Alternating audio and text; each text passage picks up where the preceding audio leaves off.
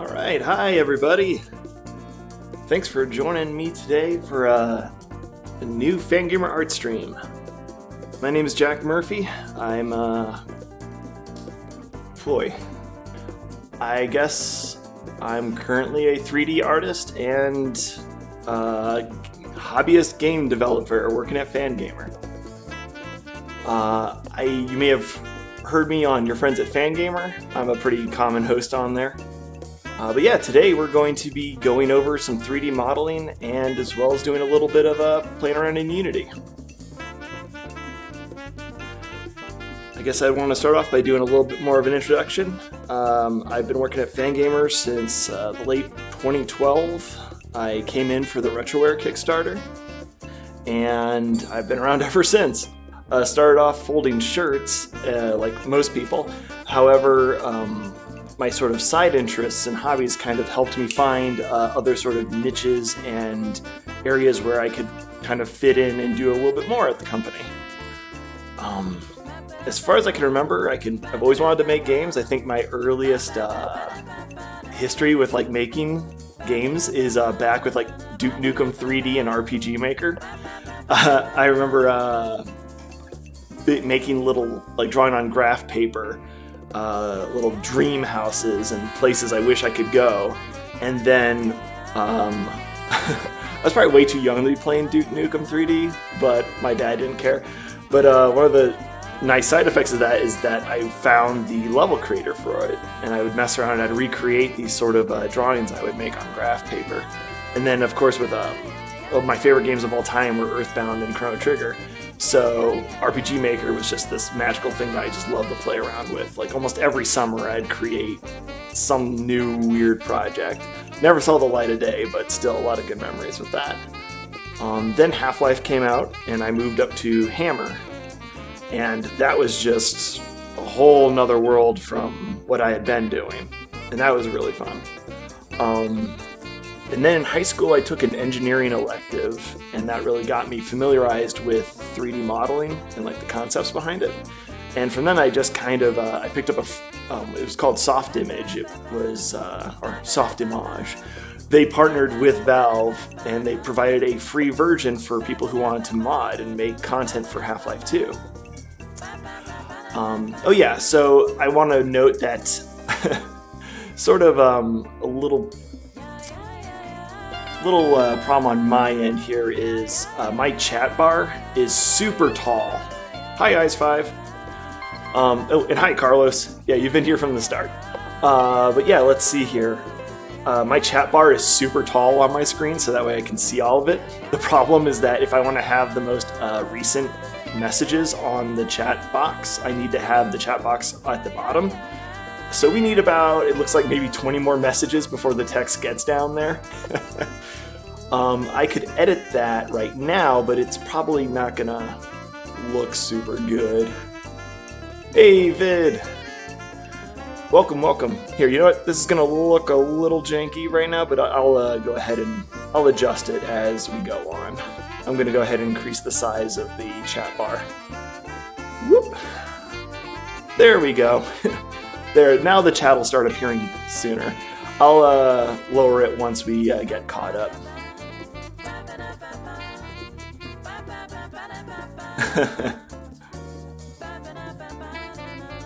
Oh yeah, there we go. Well, Eyes5 is taking it away, getting a good start to the 20.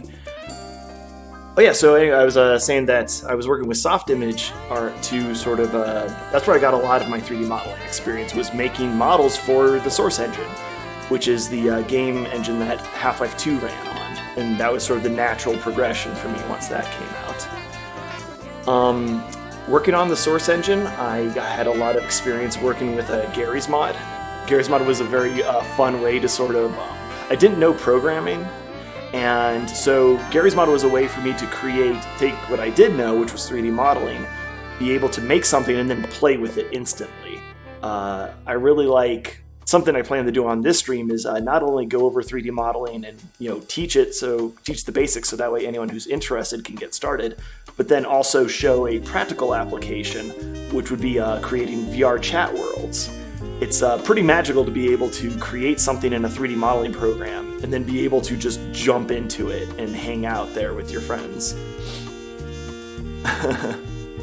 Yeah, no, an interesting thing, Ice5, is that I've actually used 3D modeling, oddly enough, for helping with plush design at the company. It's kind of cheating, I guess. It's not really... What I did is I created 3D models for things like the Jiggy plush and the Napstablook plush, and the factory was able to take those 3D models and use that to create the memory foam pillows that are inside there. So, not so much plushes exactly, more like pillows. However, there is an unreleased plush coming up that I created. Just one part, the shape was just too strange to do in a traditional plush method. So that one part of the plush is a memory foam block, and I 3D modeled that part of it. So yeah, it's kind of interesting that 3D modeling has applications in so many different things. Oh, it looks like we got some new people here. Reckless Thomas. Howdy, Jack. You visited my island in Animal Crossing a while back. Glad to see you streaming. Excited for the stream. Yeah, nice. Reckless Thomas, which island was that? I got a, were you the one who gave me the crowns? Because if so, that was the first island I visited. Oh yeah, so I was talking about, I gave you a crown, lol. Yeah, you gave me several crowns, thank you. I still have at least one of them. Let's see here. Oh yeah, so taking that sort of... Oh yeah, first off, I wanted to kind of share. You may have heard, or maybe if you haven't heard of me, there's actually a small chance that you may have actually played some of my work. Inside Gary's mod, there's a game mode that people made called Ultimate Chimera Hunt, based off of the Chimera Labs from Mother 3, where asynchronous multiplayer, one person is the Chimera, everyone else is pig masks. And obviously the job of the Chimera is to eat everyone, and the job of the pig masks is to try and sneak up, trick the Chimera, and turn it off. Anyway, I had a lot of my contributions to that game mode was creating some of the levels for that. Bring back Chimera Hunt, says Vid. Yeah, that's the dream. I've actually been I've actually been really delving headfirst into programming lately. I know infinite times more programming now than I did 3 months ago. So the idea of reviving Chimera Hunt is, I think it'll still remain a dream for now, but it seems a lot more real than it was maybe a year ago. Okay, Ice5 says, actually using 3D modeling would certainly help in plush making. So many times I receive a drawn spec sheet and it's clear that the character in question was not drawn with actual physical space in mind. Oh yeah, no, Jen and I know plenty about that. So yeah, maybe, yeah, 3D modeling is just kind of like any other sort of art or practice where it's just, just practice. That's, anyone can do it, I believe. Ice5 says, like, how does the arm connect to the shape of torso? The hair clips right into the ear. Yep. Especially plush designs where it's nothing but just perspective. There's no like actual orthographic turnarounds. Anyway,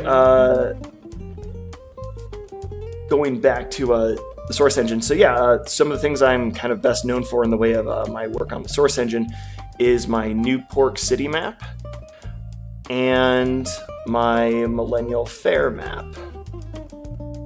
Both of which, the Millennial Fair actually started off as a project for a Fangamer fan fest, I think. They were playing through Chrono Trigger, and I started that to do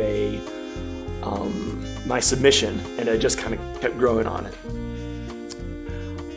Anyway, going back to work at Fangamer, I also created I used 3D modeling to do some woodworking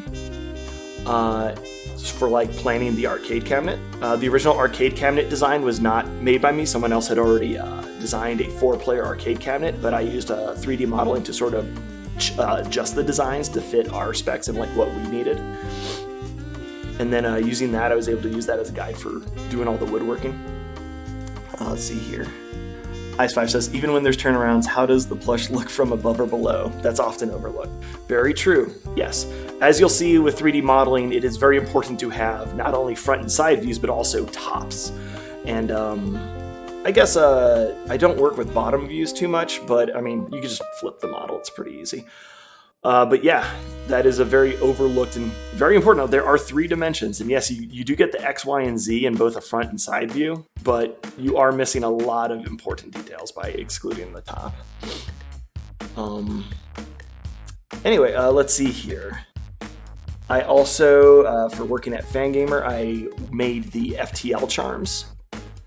Yeah, with the help, basically using vectorized AI files that John K provided. I sort of worked with those as references and created the actual depth and geometry for these charms. Let's see here.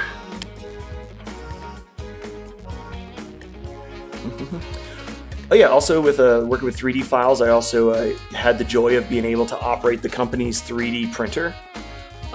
We use that for prototyping new things like keychains like the Ftl Charms and even figurines. And it's also used as for a lot of hobbyist stuff too. I've printed lots of drone parts, diva guns, D&D miniatures. So yeah, it gets a lot of use. And having an understanding of 3D modeling is really useful for being able to create something tangible like that. Hello, Clapstool. Did I pronounce that correctly? I'm just gonna call you Clap. Let's see here. Oh yeah, geez. How could I forget this? I also created all the Johnsy-Buddy 3D effects for our You Are Now Earthbound Kickstarter video. Oh man, I don't have any references for that on hand, but you can just look that up. Johnsy-Buddy, or no, You Are Now Earthbound Kickstarter. Yes. And Vid said they forgot about Johnsy-Buddy. Yes, we all wish we could forget about Johnsy-Buddy. Sorry for reviving him. Heist5, didn't you help with the design for the new office? Yes, I'm actually going to show that really quick. I mentioned this in our Kickstarter video is on our YouTube channel. That is right. Thank you. Thank you, Mod. But yes, here, this is something that has not really been seen outside of internal Fangamer. I have the 3D mock-up of the new office, so I'll be able to show that here in just a moment. Let me go to my downloads folder. There it is. Yeah, I'd love to make this public someday, somehow. I'm not quite sure when that's going to happen. But let me go ahead and get rid of these Ftl Charms so you can see it.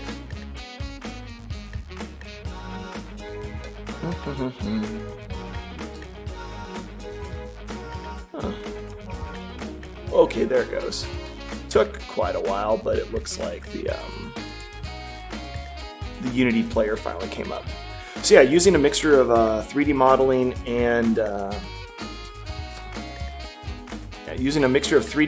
and Unity, I was able to work with our architect who was helping us renovate Copper Country, which was an old flea market in town, which we bought and renovated. And using the blueprints, I would create a 3D visualization that the company could then, anyone at the company could walk around with like just normal keyboard and mouse controls. And even if possibly, if they had a VR headset, be able to walk around the office in VR and get a sense for like scale, which you'll see here in a second. We have a mezzanine that looks over the mailroom. And that was really important, making sure we had enough headspace.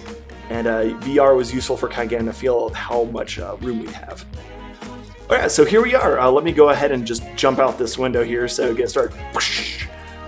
This is what you see if you stand on the intersection of Speedway and I believe this is Craycroft?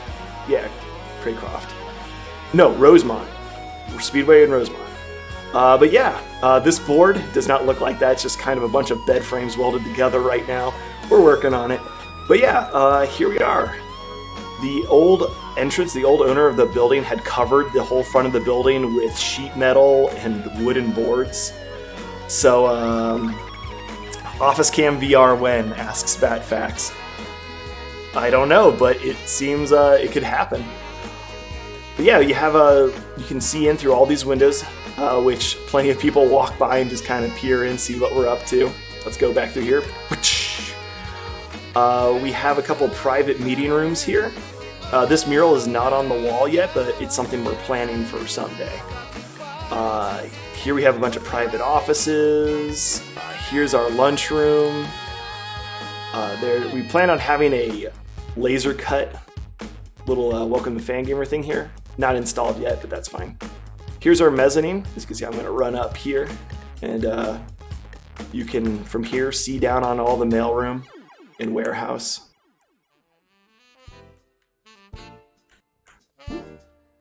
Here's my office. You can peer through this window and see what I'm doing. But yeah, our big old shirt forest. Reed recently recorded a video, an office tour with Michael for our Fangamer Japan stream.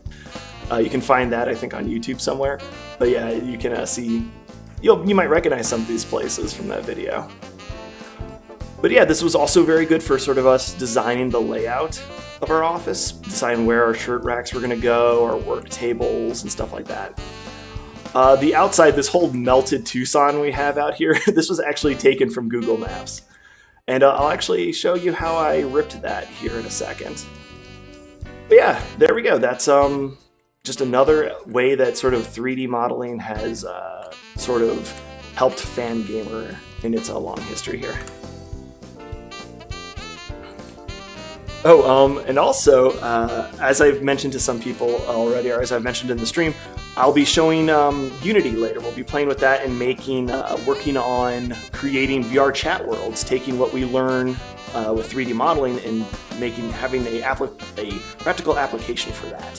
Speaking of VR chat, I have another little present for everyone here.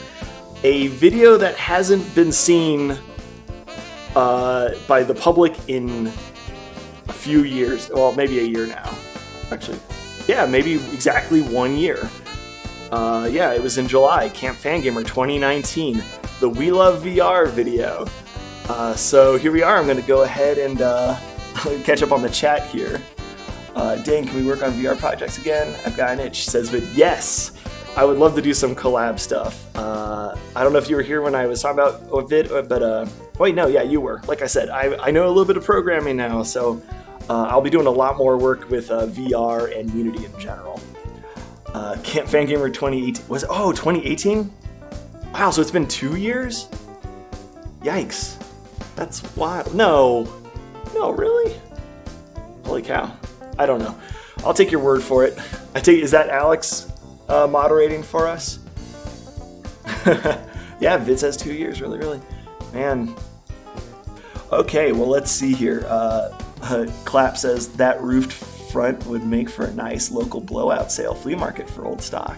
Yes. Yeah, we do actually have an event space that we're looking to implement at some time. All right. Ice5 looks forward to come and visit a place for reels. Yeah, come on, everyone's welcome. If you're ever in Tucson, you always got some place to call home. Let's see. All right, so yeah, I think I'm all caught up on the chat now. Speaking of which, I'm going to go ahead and start making this a little bit more manageable. There we go. Now that we're caught up, we did it. We did it, Reddit. We did it, Twitch. All right, so let me go ahead and pause the music here. All right, get your popcorn ready.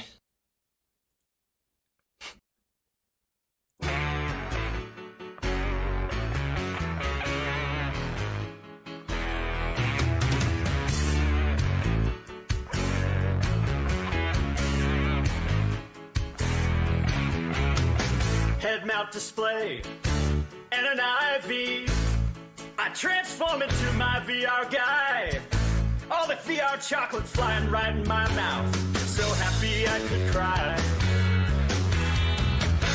Total immersion, don't have to stop. Crank up the T-pose, baby, cause the VR never stops. Just store my meat bag in one of those freezer drawers. To recap things in full 3D, hanging with my friend the Shrek guy. Everybody's very happy, cause no disembodied mind. It's always perfect where we are. I love VR. We love it. I love VR.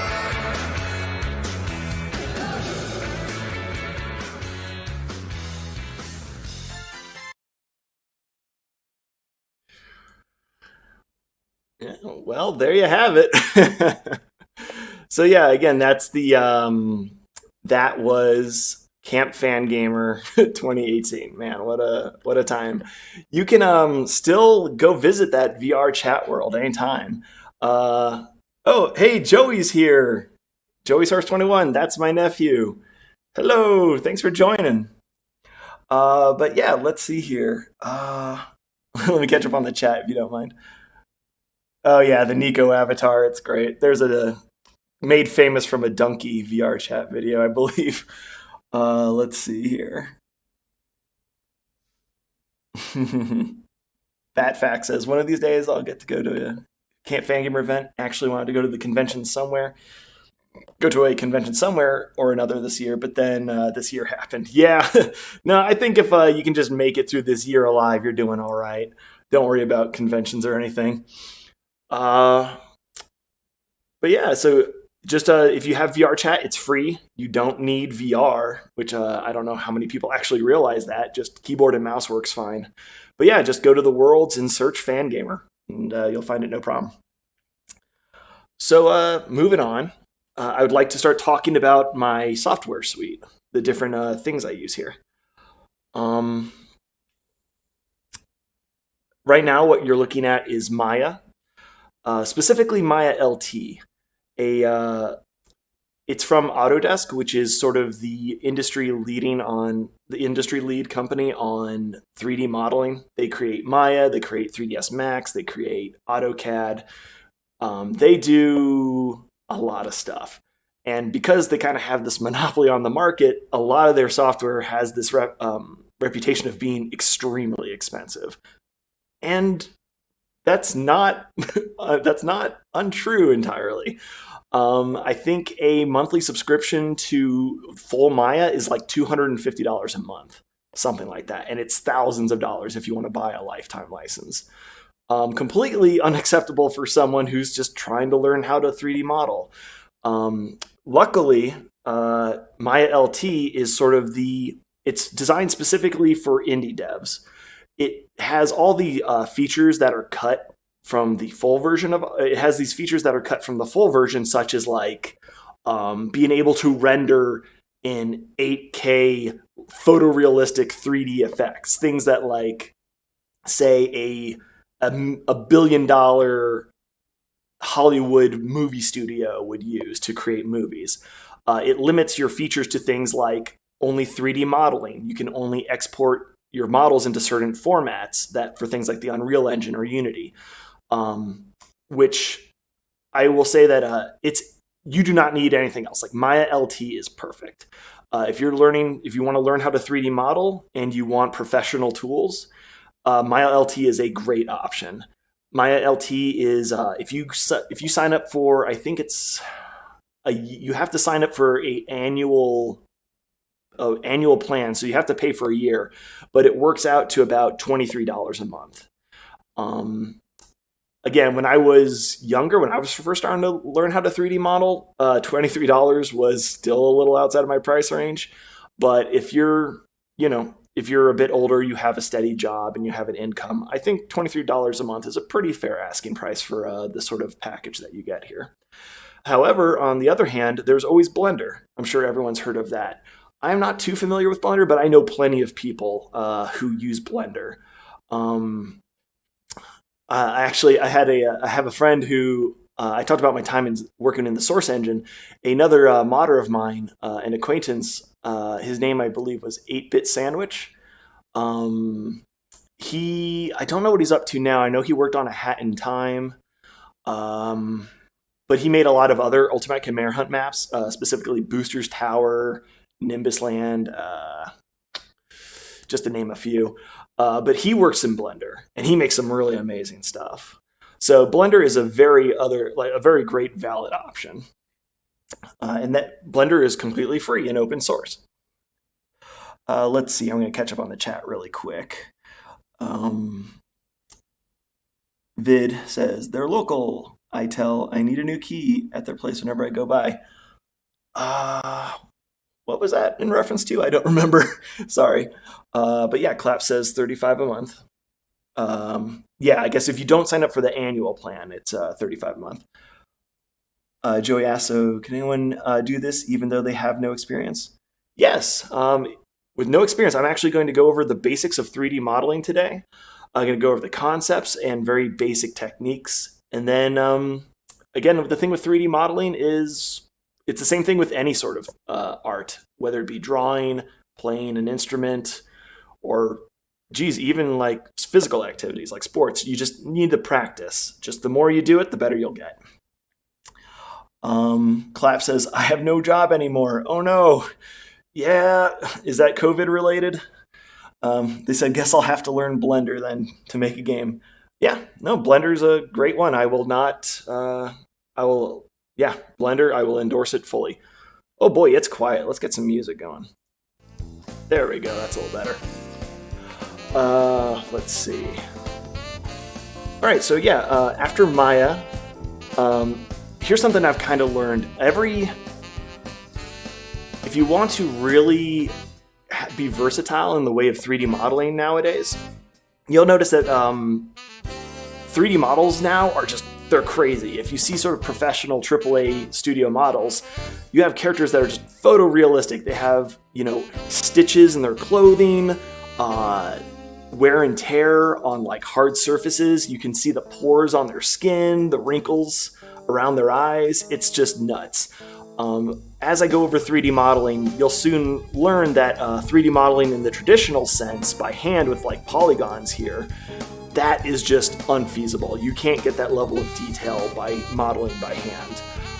So if you're going to get really serious about 3D modeling and you have maybe done some experience in Maya or Blender and you want to sort of step up your game and kind of start creating those really high quality AAA models that you see, you're going to need what's called a modeling package, like a sculpting software.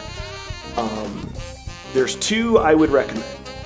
And basically what a sculpting package is, okay, I'm going to do something here really quick. I'm not going to explain it, so it's going to go really fast, but you'll see it illustrates my point.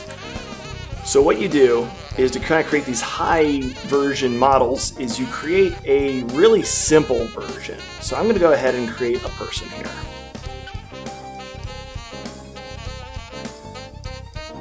Well, there's a head on a body. I'm going to shrink this down. Woo! Make an arm. I probably should have turned on Symmetry to keep this even. It's going to look really weird now. Whoop! There we go. That looks about right. I'm going to bring this guy down. And there we are. Alright, so here's our little person.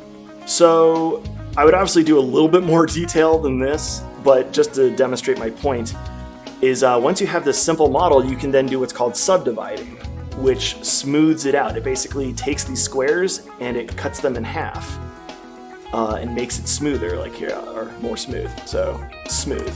Oop, there we go. So now that square here, I'll go back and forth so you can kind of see. So you see this square here becomes 4 squares. Bop, bop, bop, bop. And it smooths it out. And I can do that again. And I can do it again. And basically I can just keep doing this over and over again. And now what sculpting is that once I have this really high detailed mesh that looks really smooth, I can now start sculpting. I think Maya has its own sculpting tools. They're not the best, but they'll be enough to just kind of show what I'm talking about. Sculpting tools, here we go. I'm gonna break this off. There we go. So now I can choose Sculpt Tool, and now I can just, whoa, that did not do what I thought it was gonna do. Okay, I'm gonna go ahead and increase the size of my brush here. No, I'm not. I'm gonna need to make it smaller, a lot smaller. There we go. Is that still too big? Let me change. I'm gonna have to manually do this. 0.25. There we go. So now I have this sort of like brush, and I can, whoa! I can destroy it. No, let's see. My strength is too high. 0.1. Let's try that. There we go. Now I can push and pull this model. I can give it big old bulging eyes. and I can actually push it in, give it a creepy smile here. But yeah, that's sculpting. It's a difference. So there's modeling, then there's sculpting. Sculpting is what'll get you the really sort of organic, high detail things. I can lower my brush size down, make it a little smaller. I'm gonna do 0.1. And I can start adding teeth. Yeah. Anyway, I'm gonna make a monster here if I don't stop. But that is the basics of the difference between sculpting and modeling. Okay, how do I kill this thing? Okay, there we go. Put it out of its misery. Let's see here. Oh, so for sculpting, I would recommend two programs. One is Mudbox. It's also from Autodesk. The reason why I recommend that is because if you're going to learn 3D modeling, specifically in Autodesk or specifically in Maya, Mudbox uses the same layout. Like if you get used to working in Maya, having like the toolbar up here, the controls over here, and the shortcut keys for like rotating and like the keyboard shortcuts, you'll be able to very quickly take that knowledge and transfer it to Mudbox. And also, it's the cheapest. Mudbox is $8 a month. Again, I think that's for an annual plan. It might be like $10 if you do month to month. But so yeah, if you the $8 added on top of the $23 from Maya, you're looking at maybe $31 a month for a complete 3D modeling package, both the modeler and the sculptor. The other one is Zbrush, which if you've seen, I believe Zbrush is the industry standard for sculpting. It has the most bells and whistles. It has, I think it might be the most powerful out of the sculpting.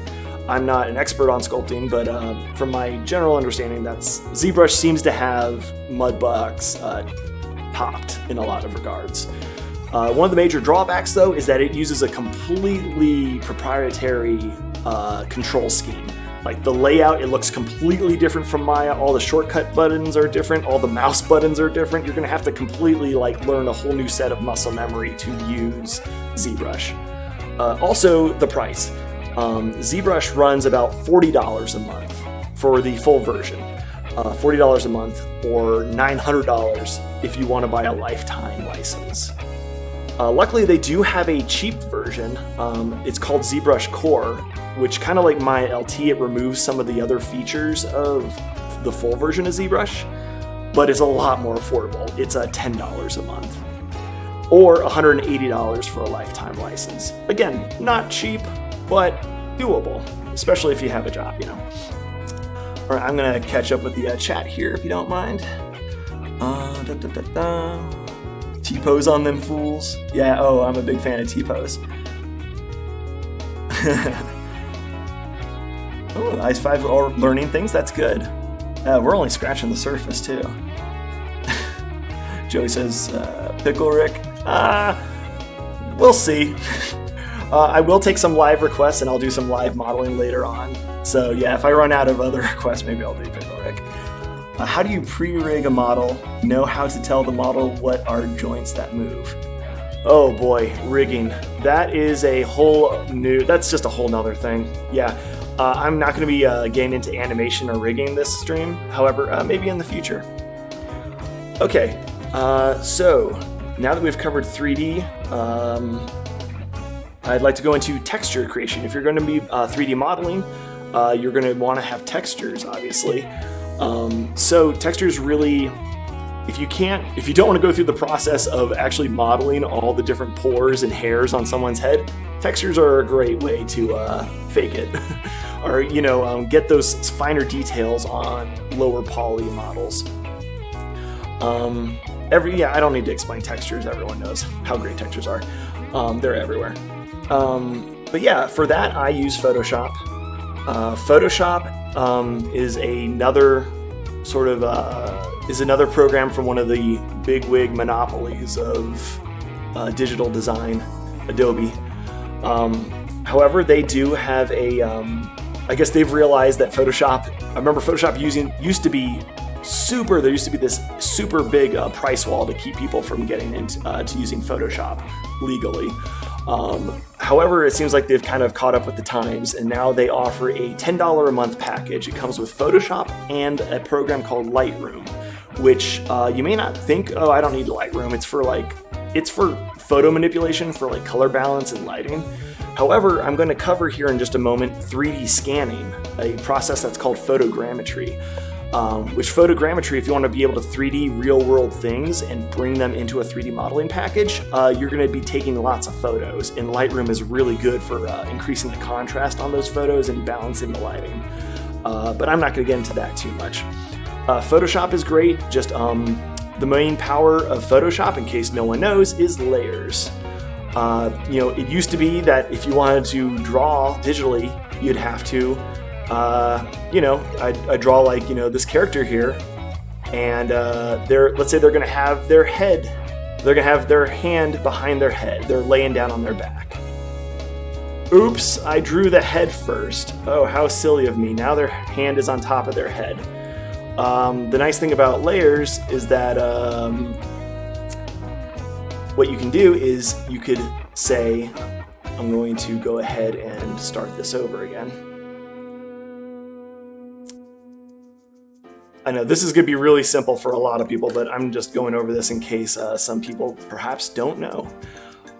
You can create layers over here. So I can create a layer specifically for the character's head. Whoops, let's see here. And then I can create another layer for their body. I'm going to go ahead and get the paintbrush tool, or the paint can tool. That's going to be important. That looks really bad, but whatever. We got a lot to cover, not a lot of time. So now with the body, I can then go ahead and draw the body, and here goes their arm. It goes behind the head. Actually, I should be using a different color to better illustrate this. Yeah. Okay. Yeah, there we go. So there we go. The head arm is still on top of the head, which isn't what we want. But what I can do is I can drag the body layer underneath the head layer, whoop, and there you go. So that's a very, very simple example, but the implications are infinite. The ability to reorganize your image is incredibly powerful. Photoshop also allows you to add things called filters, which is like special effects that you can add to very quickly create really interesting looks with simple shapes. Let's see here. I'm gonna catch up with the chat really fast. Paint.net says clap. That was actually my next topic. With every piece of software, I like to introduce there's plenty of free options for everything out there. Again, with Maya, the free version is Blender. And for Photoshop, the free version is Paint.net. And Paint.net is great. I've actually used it back before I could afford Photoshop. I was using Paint.net. And also, I believe the creator of Stardew Valley, Concerned Ape, made, I think, the entirety of Stardew Valley's art in Paint.net. So yeah, Paint.net is very, very cool. Let's see here. Where is that one pixel here again? Ice5, I've been trying to wean myself off Photoshop and switching to Clip Studio. I don't like the subscription model. Well, that's interesting. Actually, Jenna just got Clip Studio. So that's neat. Yeah, good to hear that more people are using that. I don't know too much about Clip Studio. I've just heard it takes the best of everything. It takes the best of Photoshop, it takes the best of Adobe Illustrator. It even has like some 3D modeling stuff too, where like you can paint textures, I think, live on it. It's crazy. I mean, yeah, don't quote me on that 3D one, but Jenna got it just like a week ago. It was 50% off. I think that sale's over now. But CS2 is free, says Heaven Chai. Adobe Photoshop CS2? Cool. Well, yeah, anyway, you got lots of options. And anyway, texture creation, super important. And you're going to need to get yourself a image editor. Next up, and the final piece of software I'm going to be covering, well, no, second to last piece of software, this is sort of a bonus one, is called Metashape. It's from the company called Agisoft. It is, this is more sort of a, you don't need this for game design or 3D modeling. It's just sort of a neat hobby thing that I'm into. I'm really interested into a process called photogrammetry. Photogrammetry was originally created by NASA to get topology information on the moon. Basically what they did is they had a bunch of satellites that orbited the moon, and it took a bunch of photos of the surface. And then they had a computer that was able to recognize common elements from each photo, such as like craters, using like their shadows and stuff like that. And using those elements, those landmarks in these photos, the computer was able to essentially like triangulate where those points are relative to each other. So it's able to be like, well, here's the crater in this image, here's the crater in this other image. They're the same crater. They're taken from different angles. I can now generate 3D data to kind of recreate what that crater looks like. Wow, we got a lot of people here. Let's just see. Oh, hey, they're all from Super Soul Brothers. Hi, everybody. This is my first raid. Cool. See a lot of guavs. Oh, these are some good emoticons. Heck yeah. All right, so yeah, I was watching the Super Soul Brothers stream actually earlier this morning as I was setting up. Nice octopus, Joey. Okay, so anyway, photogrammetry. It's the process of getting a bunch of photos of a single subject from different angles and creating 3D geometry based off of that. The really cool thing about photogrammetry is that you can create incredibly lifelike photorealistic 3D scans of real-world things. I've used it to scan my old apartment before I moved out. I used it to scan the old company box truck called the Banshee before it was sold to get junked. It's a great way, I think, to sort of immortalize things. I saw recently that someone had used photogrammetry to scan a defaced memorial from the Black Lives Matter movement. And I think that's just sort of an amazing idea that sort of a future generations of students could be able to, within augmented reality or virtual reality, be able to visit these monuments, visit these things and see how they were in these historical times. Being able to see all the messages that people wrote, all the heartfelt messages, all the passion and just the emotion behind those times. I think it's so much more powerful than just what a simple picture could do. Anyway, I have a little treat here, and especially this is a good time since the Super Soul Brothers crowd is here. I think you're all gonna like this. If you're a fan of Super Soul Brothers, you're also probably a fan of wow, what are they called? Wow, why am I pulling a blank on this? I have a sticker of theirs on my laptop. But anyway, it's Jazzy Benson, Robbie Benson's sister. Their filmmaking company, like their group. Gosh. Anyway, they do the EB Saga. If you've seen episode 5, here, okay, I don't know, 10 points to whoever can say it first in the chat. The company I'm thinking of. Before I can do it. 20, 50 points if you can do it before I get it. Oh, I got it. I remembered it now. Yep. Oh, but Vid did it seconds, half a second, split second before I did. Okay, Vid, 50 points for you. I don't know what those points will be redeemed for later, but we'll figure it out. So, if you've seen episode 5, this little guy might seem familiar. So here's a Mr. Sanborn, as they call him. This is a puppet that was used for the Mr. Saturns in the episode there, made out of silicone. It is a horror to behold. And as you can see here, I took about 75, 76 pictures all around in a circle from above, down below. And it took these photos and it's recreated Mr. Sanborn here. Nasty butt and all. This is kind of a messy one, but you can, with a little bit of cleanup, you can get some really nice scans here. Basically, the way it works is it creates a little, what's called a point cloud. It finds those landmarks on the picture, and it creates a little cloud out of them. And then it creates a dense cloud, which it goes hog on this and gets a lot of points, millions and millions of points of data. And then using those, it can generate an actual 3D mesh that can be exported and put into anything, like a video game or a movie or whatever.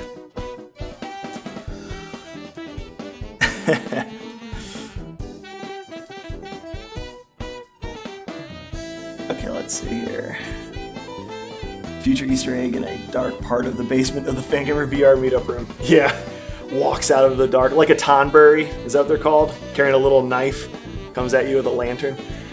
All right, so that's Agisoft Metashape. It used to be called Photoscan, and it was $100. It's gone up in price now. It's called Metashape, and it's $180. So that's a bummer. But if this sort of thing really appeals to you and seems interesting, I highly recommend it. All right, okay, we're almost at 50 minutes already. I think we're good. All right, bye Photoshop. All right, I'm going to quickly go over the basics of modeling. But I guess what I'm going to do, I'm going to go over the very basics of modeling, and then I'm going to start taking requests. And as I 3D model, I'm going to try and explain it as best I can. All right, so to 3D model, you first have to understand the 3D dimensions. There's X, Y, and Z. Basically what they mean is, here, let me go ahead and start with a cube. So, when 3D modeling, an object exists in 3D space. 3D space is defined by the X dimension, the Y dimension, and the Z dimension. X usually refers to left to right. Z usually means forward and backwards. And Y usually means up and down, or height. Combining these three dimensions together, you can create anything in three-dimensional space. So once you understand that, the next thing to understand, or the next component to really talk about, is a thing called planes. A plane is when two dimensions work together. Here, you kind of see this grid here. This grid works as the ground. The ground exists on a plane. That plane is called the Y plane, or the XZ plane, because it's both the X dimension and the Z dimension working together. If you wanted to put something on the plane here, like, let me move this under here. It's kind of like if you've ever worked with graphs. Like, I'm going to go ahead and I'm going to put a little sphere over here. So this sphere, we would say, is 1, 2, 3, 4, 5, 6 units in the X direction, and 1, 2, 3, 4 units in the Z dimension. I can go ahead and look at this sphere to verify that. I'm going to go ahead and open up its information here. Right here, you'll see the information for the sphere. Right here, yeah, translate X. The X value is just a little under 6, and the translate value is a little under 4, or -4. Well, actually, it's almost halfway there. Why is that? Oh, it's in the air. That's probably why I'm not seeing a very good representation. Yeah, that looks wrong. There we go. And as you can see, as I change its height, you'll see the Y value over here change as well. As I'm talking about this, I'm realizing there's a lot to go over, and I don't think there's no way I could cover this in a very reasonable way, or a very helpful way, but I'm gonna give it my best shot here. Do you box or sphere model? Asks Tarot. I box model, I suppose. Yeah, I box model. I do a lot of poly modeling. I don't really work with surfaces, and I'm also very new to like sculpting. So I do a lot of my work with just modeling in quads, which I'll explain here in a second. Clap is asking, how do you make a hexagon, for example? And then how do you set the dimensions for a printout? Let me answer that really quick. A hexagon. Usually, okay, yeah, here's a good example. A hexagon is essentially a sphere, or no, it's not a sphere, it's a cylinder. that doesn't sound correct, but in 3D modeling it is. Here, I'll show you. Everything I'm doing right now is called Polygon Modeling. Before I go into that, I should probably explain what a polygon is. Let me go ahead and create just a square here. It's a flat square. It doesn't have any volume to it. One moment as I change some things. I'm going to go ahead and turn off this grid. It's kind of distracting.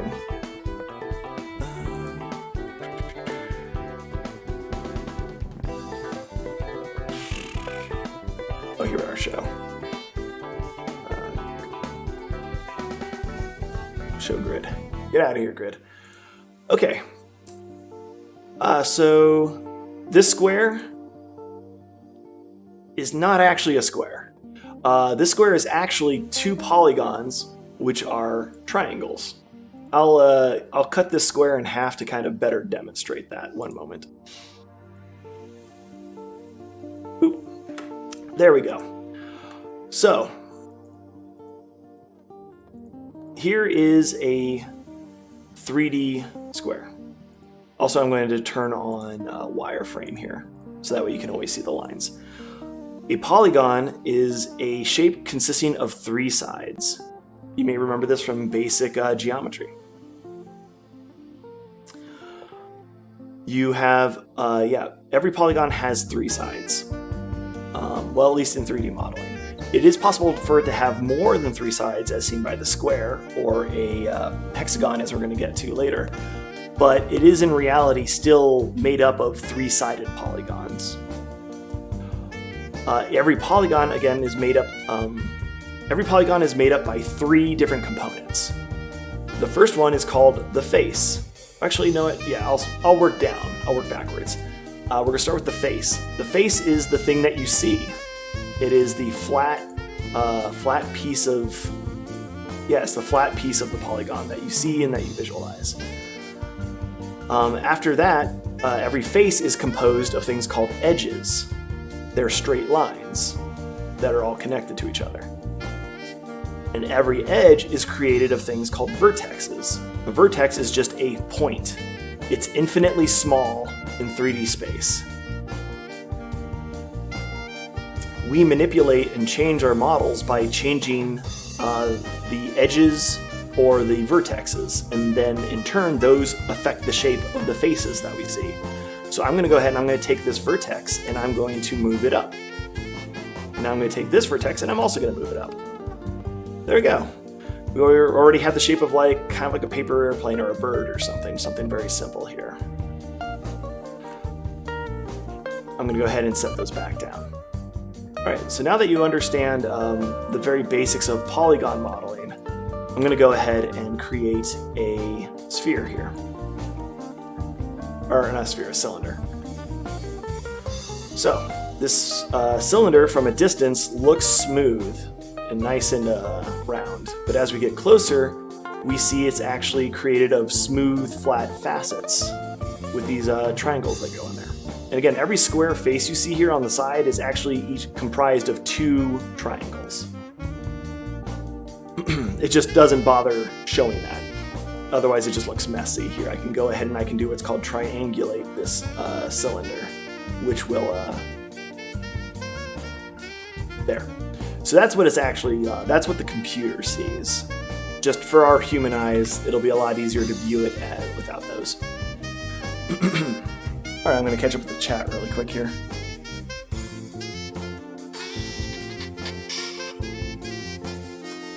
Oh, looks like Danny McGee's here. Hi, Danny. Radius to radius point, connect the 6 away circle makes sense, right? Again, Clap, I think you're getting a little bit ahead of yourself here, but let's see here. Yeah. Distance model N64 bird, yep. Okay, but yeah, get on to what you were asking about, Clap. So here we are.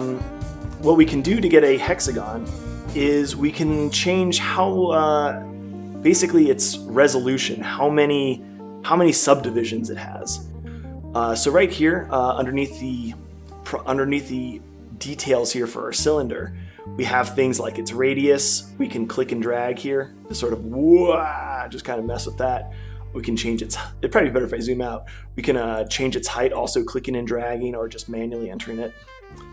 And now here's what we want, subdivision axis. As we drag this, it creates more subdivisions. It creates higher resolution, like how smooth this cylinder is. So a hexagon, that's 6 sides, right? Yeah. Pentagon is 5, octagon's 8, so I think a hexagon is 6. So there we go. We change its subdivision axis to 6. What are these other subdivisions, you may ask? The height one, you do this, and you change this, and it kind of creates how many subdivisions it has, how much detail there is on the Y. And caps is on the lid, the top.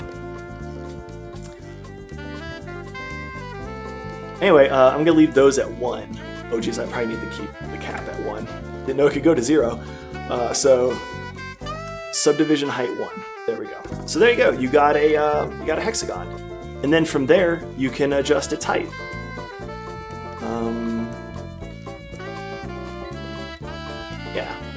Now in Maya, I know that every unit by default is 1 millimeter, I believe.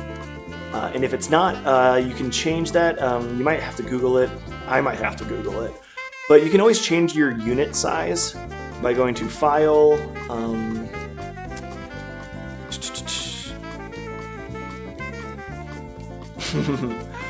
I don't go to this very often. Maybe it's... I think it's under Windows, actually. Yes, Windows, Settings, and Preferences. Here we go. And then under, I think... application, maybe? No. Display.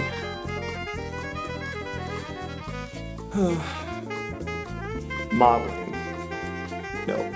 Okay, and I'm not going to waste time looking for this, but there's a setting in here where you can set the default unit size. I'll turn the grid back on for this demonstration. So again, this grid, right now, if every unit was 1 millimeter in size, this hexagon would barely be 2 millimeters wide, like in diameter. That's incredibly tiny. So then you could then scale it upwards.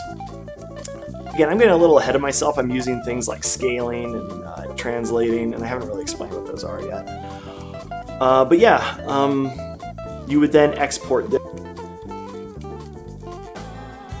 Testing, how's this? All right, I think we're in business. All right, Jenna to the rescue. She brought me a new mic. All right, looks like I got my mic levels back. Not quite as high as before. Let me see here. Let's try this. Testing. Again, 1, 2, 3, 1, 2, 3. Hello, hello, hello. Bop, bop, bop, bop, bop. Okay, there we go. Looks about the levels I was getting before. Thank you. Don't know how long that happened or how long that was for. I'll go ahead and backtrack some. Thanks for sticking in there. I've been using that microphone for months. And yeah, I've been trying to, I was like unplugging it, replugging it, and then whatever. I plugged in this microphone, and then it also, not only did it not work right away, it also hijacked my computer's sound, so that's why the music stopped. Well, anyway, without further ado, let's get back to it. Does anyone remember what the last thing I was talking about? I think I was talking about taking this world measurements, world unit size, and also talking about exporting to 3D printing. Does that sound about right? Watching the chat here. Looks like we got a little bit of a delay here.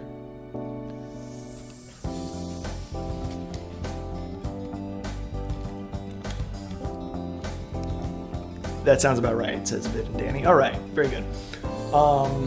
Okay, well then, yeah, again, I was explaining that if you're doing 3D printing for engineering purposes, then yes, by all means, research world units and make sure that the units you're modeling in reflect the real world units that you're going to be working with. Such as, if you're working with metric, make sure they meet metric standards like centimeters, meters, millimeters, and if you're using the English or the imperial system, I think Maya has the ability to work in inches and feet. Maybe that's good if you're doing like architectural work. But anyway, but if it's just simply for art, like if you're making cool little art pieces that you want to 3D print, then this scale really doesn't matter because it can be adjusted inside the 3D packing or inside the 3D printing program. So yeah, anyway, Clap, did that answer your question about how to create a hexagon and prepare it for 3D printing? Oh yeah, I was also mentioning that the most common form to export 3D models in is .obj, I believe. Someone might argue with me on that, saying like maybe .stl or something, but I usually use .obj. I consider it the JPEG of the 3D world. Yeah, if you export something into OBJ format, it has all the vertexes, the edges, the faces, as well as any textures applied sometimes too. OBJs have a lot of information. Oh, you know what? Here's something else that's pretty interesting that I should probably talk about if we're going to be talking about 3D modeling from a game design perspective.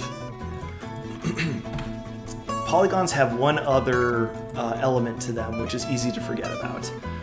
There's faces, edges, and vertexes, which is what I've gone over before.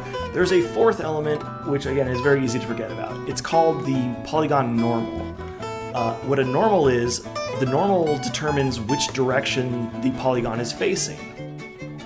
So, as you can see here, it looks fine. I'm going to go ahead and look under it. That looks weird. Like, why is it black? The reason why it's black is because the underside, it's not only black because the light, like here I'm going to go ahead and I'm going to rotate it so that way it's facing up towards the light source. Nope, still black. The reason why it is that way is because polygons can only, or usually, only have one side, and that is the side that faces, that the normal is pointing. Okay, I think I can actually turn on normals here. View, we're going to show. Display. Polygons. Face normals. There we go. All right, it's kind of hard to see. But there's these little green lines that come off of every polygon. They show which direction the polygon is facing. Have you ever seen in video games where the camera does something weird and goes inside of a character and suddenly you just see floating eyeballs or something? It's because you're seeing the backside of that character's polygon mesh. A polygon mesh is an assortment of polygons. Any polygons that are joined together at an edge like this right here is a polygon mesh. So anyway, and that's basically, polygon meshes are what make every 3D model, pretty much. Let's see here. Normals are also important for 3D printing. All your normals have to face outward. If you have any normals that are facing inward, it creates a physically impossible creation. So you're gonna get errors for sure. I'm gonna go ahead and turn off those normals. They can be a little distracting.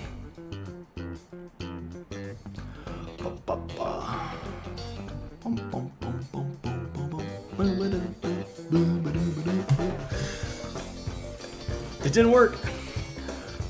Display. Get out of here. There we go. All right, I'm gonna just go ahead and delete this and start over. Okay, so we've gone over the basics of 3D space, and we've also gone over the basics of polygon modeling. Basically, what is a polygon? What's a polygon mesh? What the components that make up those polygons and their meshes, edges, faces, and vertexes. Now we're going to talk about manipulating them, because that's the basis of all 3D modeling, is taking something primitive like a cube, a sphere, what have you, and then just twisting and screwing it and just chopping it up and just turning it into something completely different. So we do that through three basic, there's a lot of rules of three in 3D modeling. There's 3 dimensions, the X, Y, and Z. There's 3 components to a polygon. Actually 4, but 3. There's faces, edges, vertexes. And when it comes to manipulating 3D objects, there's 3 ways to do it. The 3 ways are called translation, rotation, and scaling. You may have recognized those terms from over here. We have translate X, Y, Z, rotate X, Y, Z, and scale X, Y, Z. So here's an explanation of each. I think you'll catch on pretty quick. Translation is the moving around, like sliding of components. So if I hit W on the keyboard here, it opens up the translate tool. Where are the tools for this actually? Oh yeah, here they are on the left. Here's the button for move or translate.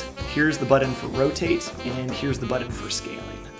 I'm going to be using keyboard shortcuts for speed. If you're going to use Maya, they are W, E, R, respectively. So W, I have the object selected, hit W to enter my translate tool.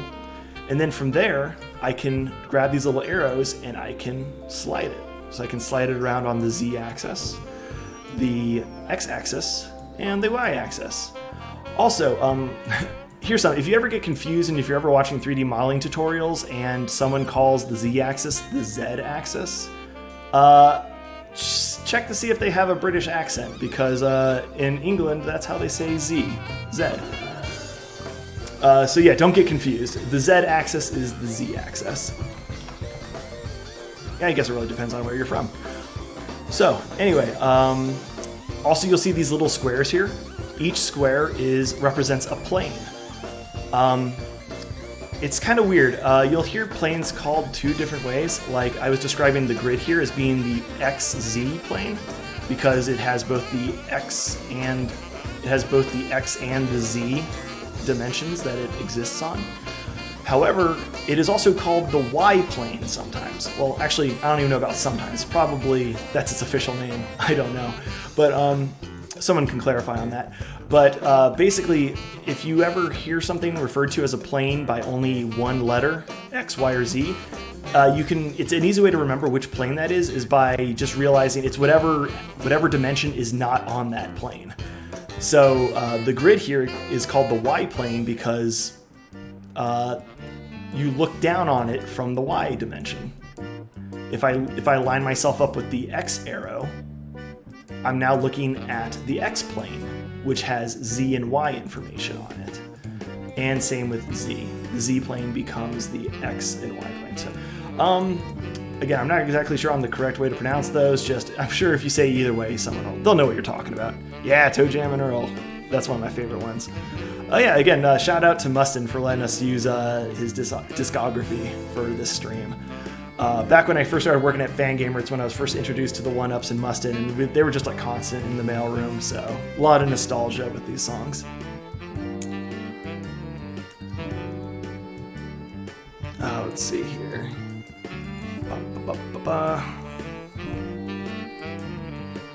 Vid says, ask them to say aluminum too. I guess that's about the British accent, huh? All right, well, anyway, so that covers translation pretty well. Let's move on to rotation. Rotation is pretty obvious. You have these different axes, which is sort of like a pivot point. You have Z, Y, and X. You may notice a common theme here. Trying to get it off the, yeah, there we go. Okay, X is always represented by the red color, Y is always represented by the green color, and Z is always represented by the blue color. So that's a quick way to identify them. And here we were just talking about planes and axes and sort of their naming conventions. Here's basically how the rotation works. You see how the Z axis rotates like this? It rotates like that because down here, I believe this is called the gimbal.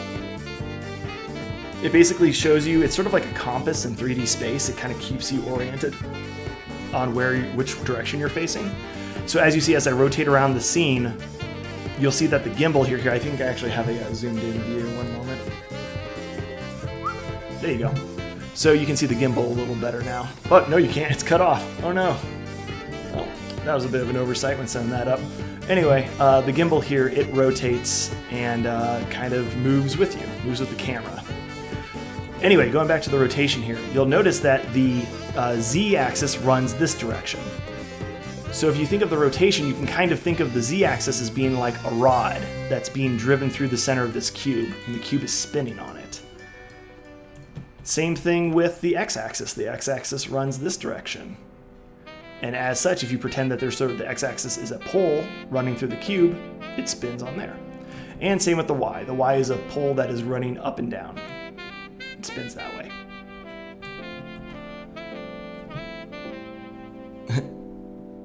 Gimbal is a thing. I never even thought that would have a name. Yeah, I'm actually really surprised that I was able to pull that name. I'm pretty sure I'm right on that. I bet money on it. But, uh-oh. No, I just remembered something. Maybe I'm wrong. But I sound really uncertain, don't I? And if you don't click on any axis, you can just kind of free rotate. Woo! Anyway, there's rotate. And the last thing is scale. Scale is the stretching of an object. I can do it uniformly by clicking in the middle there, or I can do it non-uniformly by clicking an axis,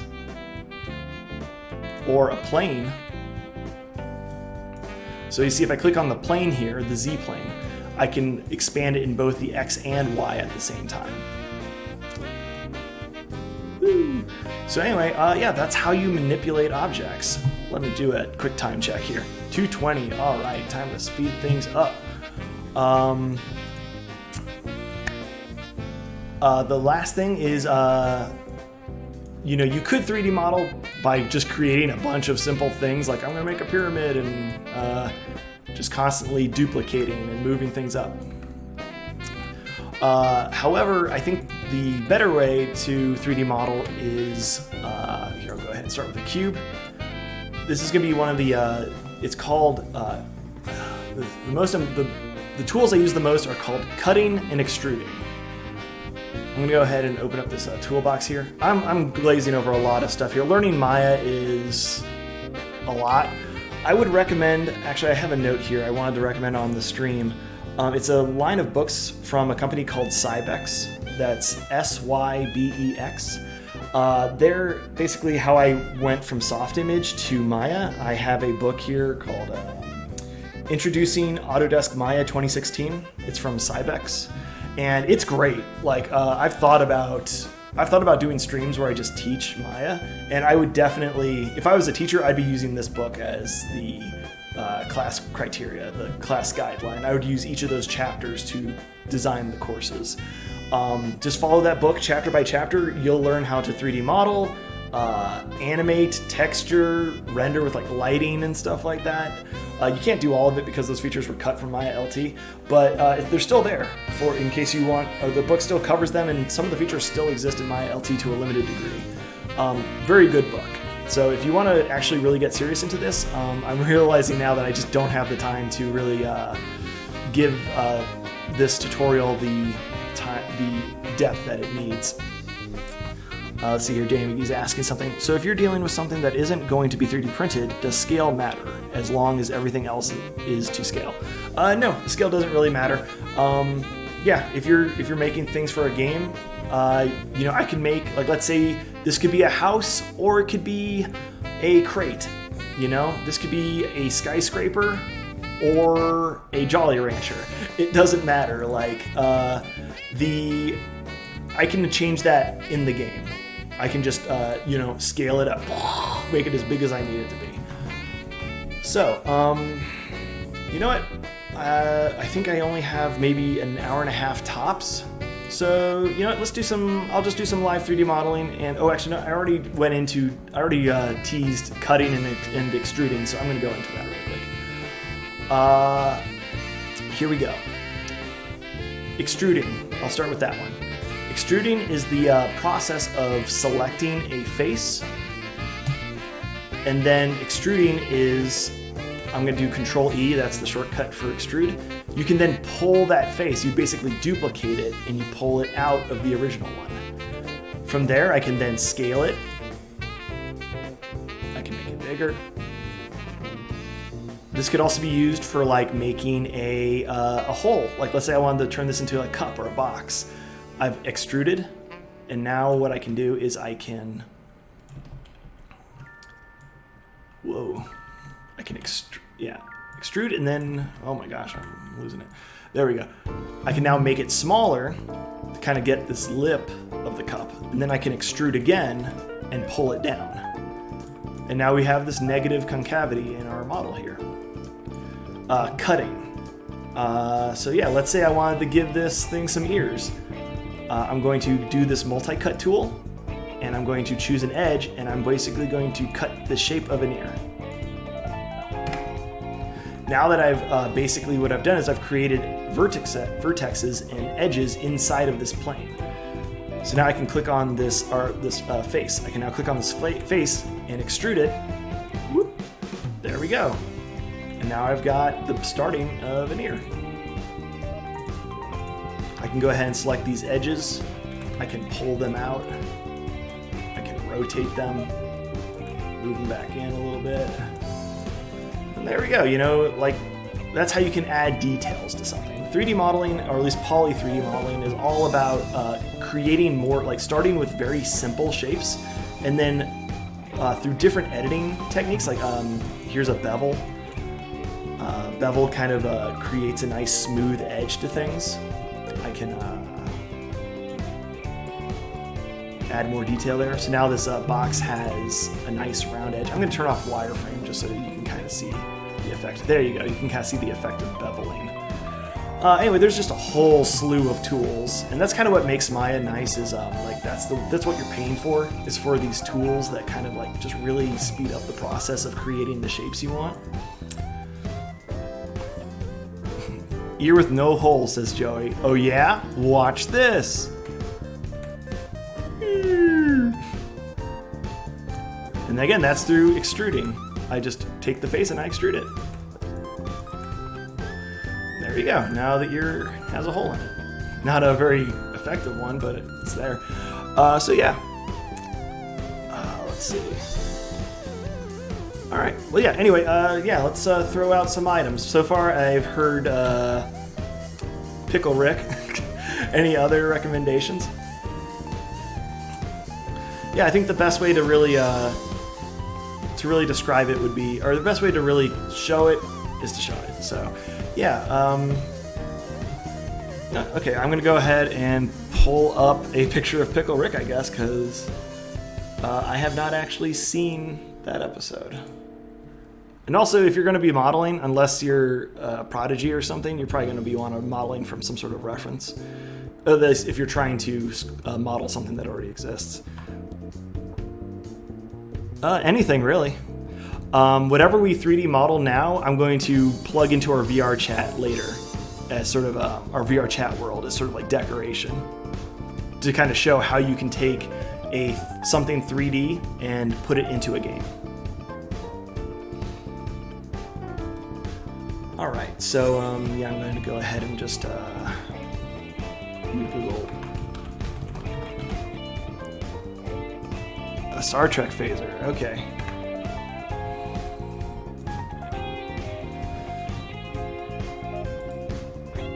Okay, we got Pickle Rick, Star Trek phaser.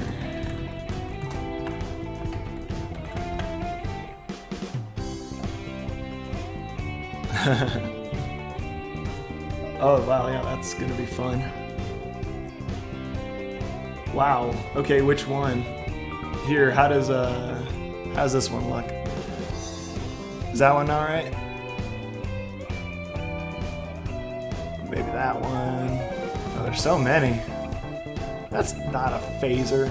It's just a gun. So basically, an electric screwdriver, like a drill.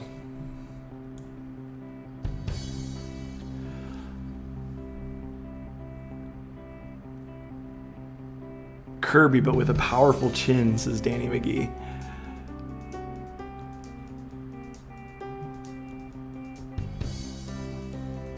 Okay, this will be good.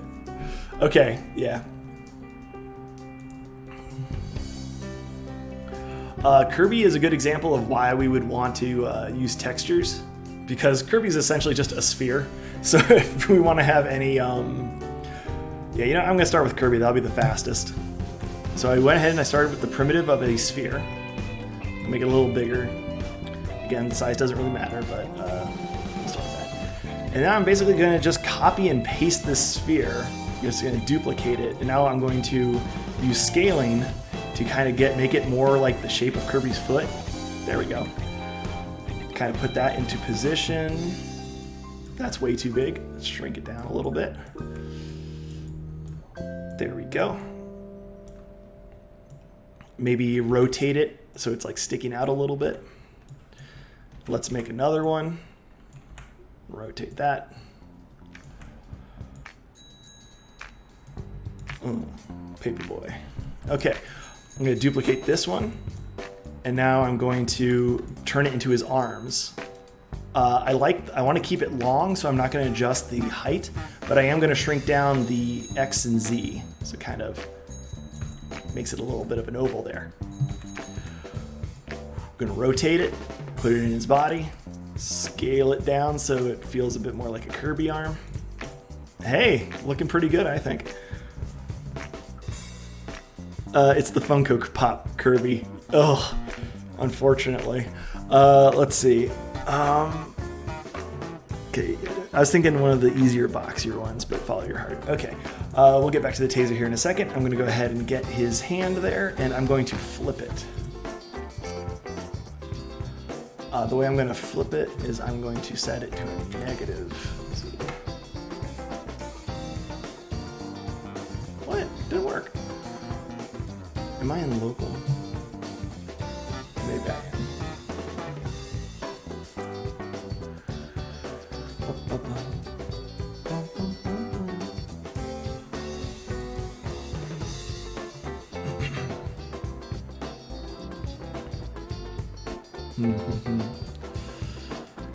Alright, yeah, so move settings, set the world. Whatever. I guess maybe I can just rotate it. Rotate it 180 degrees. There we go. So there we go, I got a little Kirby. I could give him eyes, but I'm worried they're gonna have to be 3D and they're gonna look really weird. Let's give it a shot. Again, they're gonna look very Funko. So forgive me for that. So we're gonna make them very flat and kind of rotate them a bit. And now let's shrink.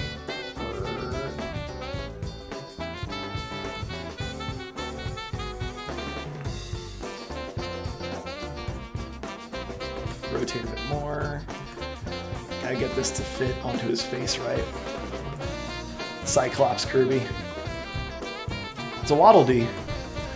Alright,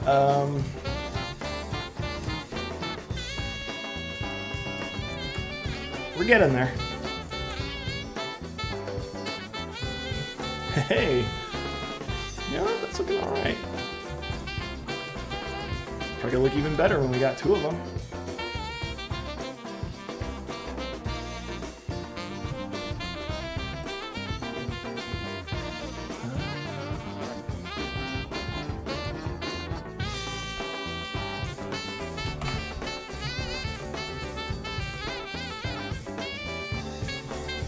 There we go. Now let's give him that strong, let's give him that, that brick house chin. All right, so the way I'm gonna do that is, where do you think Kirby's chin would be? Again, not having his mouth is gonna make things difficult. You know what, I'm gonna, this is gonna sound violent, but I'm gonna cut his mouth in. Let's see here. I'm gonna get my multi-cut tool, and I'm going to start here, and I'm just gonna, there, done. So now I'm going to take this, and guess what I'm going to do? You guessed it, I'm going to extrude it. I'm going to pull it back. And now I am going to adjust these edges here. His smile's a little too sharp, I don't like that. So let's grab these points, let's move them down. Oop. Oh, I grabbed this middle one, I didn't want that. So just those two, pull it down. There we go.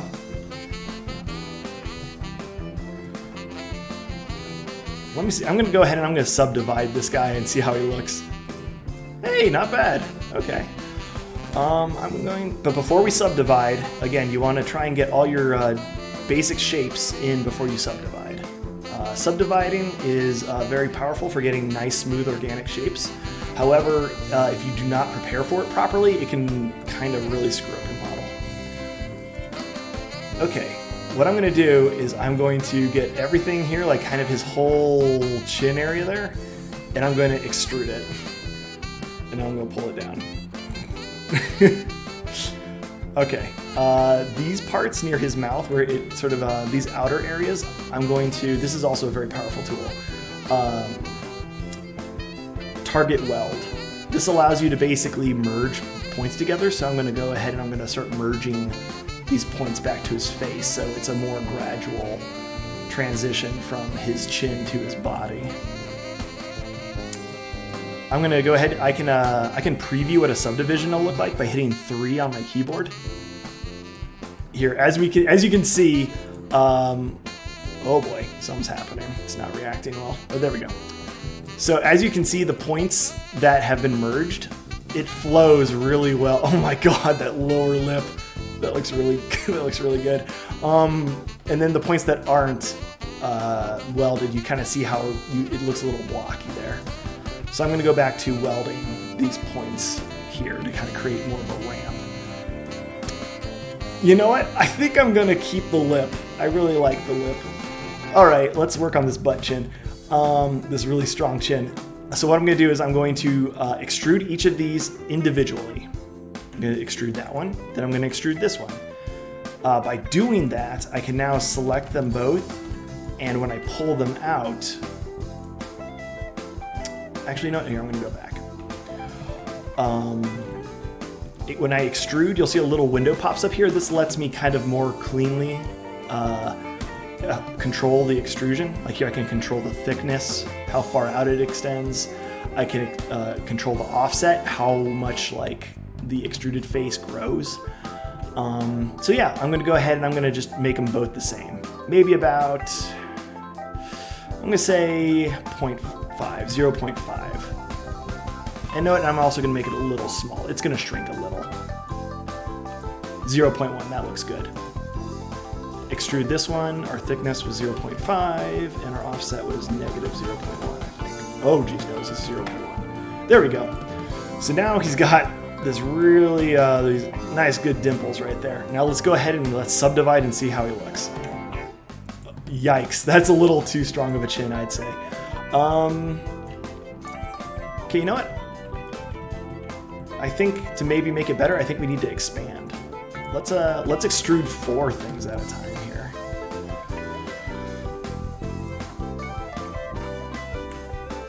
Again, I'm going to do 0.5. Uh-oh. I guess I needed to go back in my history a little bit more. There we go.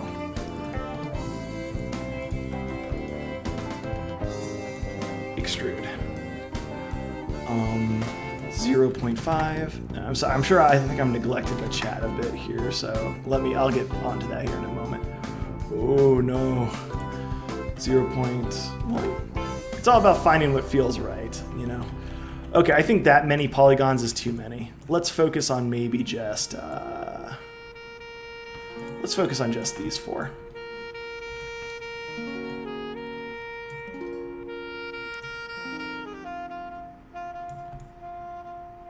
There we go. So that's a thickness of 0.2 and an offset of 0.3. 0.2, 0.3. There we go, so it's symmetrical. Now let's try subdivide.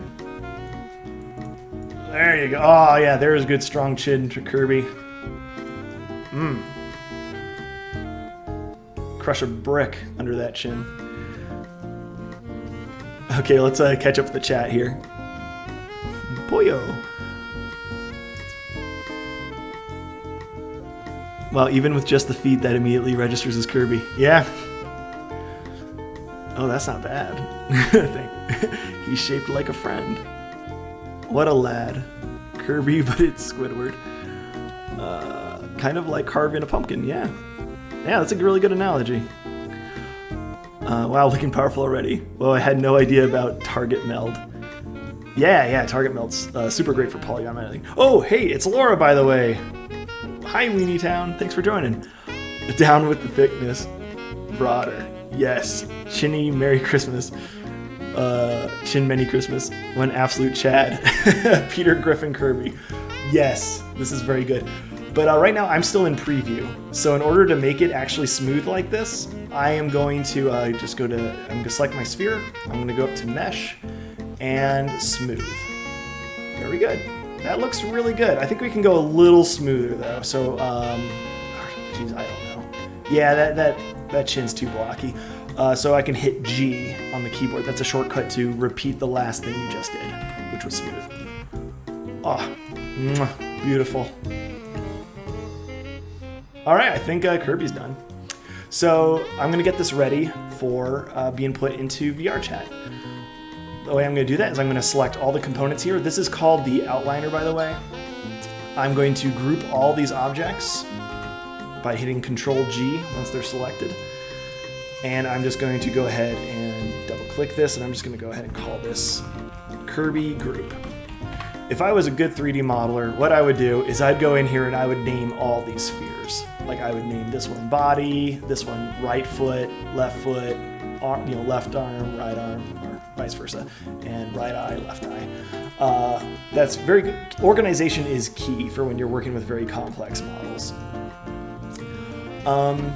But for now, this will do. So now that I have Kirby Group selected, I'm going to export him. I've already created a Unity project. Let's go ahead and move to that. Here's Unity, everyone. Say hi to Unity. Unity, say hi. What we're going to do is when you create a project in Unity for the first time, all you start with, you basically just start with this. I'm gonna go ahead and delete this one. You start with an assets folder and a packages folder. Maybe, I don't even know if you, I think you pick up a package folder. And inside your assets, you have a scene folder. Scenes you can consider those levels. Boy, I'm really just switching gears fast, huh? Went from 3D modeling to Unity. But yeah, it's okay if you don't follow along. I'll try and keep it simple, and really the best way to learn is to just play with it. Dan McGee says, this is good, thank you. Oh, you're very welcome, I'm glad you're liking it. So if you were to extrude this, would it register all those parts individually instead of combining them? Sorry, Clap, I think I may have missed the context for that. If you were to extrude this, would it register? Oh, you mean like if I extruded the entire model? Like if I went back to, yeah, here we go.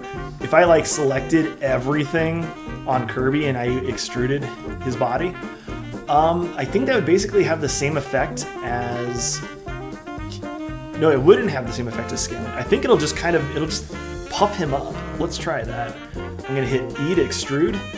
Well, first off, oh my gosh. What if I go backwards? Blah, blah, blah. Jenna can testify, I make a lot of mouth sounds whenever I'm modeling. Yeah, I'd say don't do that. No, work in small patches. All right, let's go back to Unity. Your asset folder is going to contain every single piece of content for your game, like any sort of media. Your music, your sound effects, your 3D models, your textures, your programming scripts, everything. Scenes you can think of as levels. And when you start a Unity project, it already creates a sample scene for you, which has a camera and a light, like a sun. Anyway, inside our asset folder, we're gonna create a folder called models. So I right-click in our project browser here, and I'm gonna create a folder. Oh yeah, so I'm gonna go over, to sort of alleviate anyone's fears who feels like I might be going over things too quickly in Unity or not explaining things well enough. This is a very lucky time to want to learn Unity.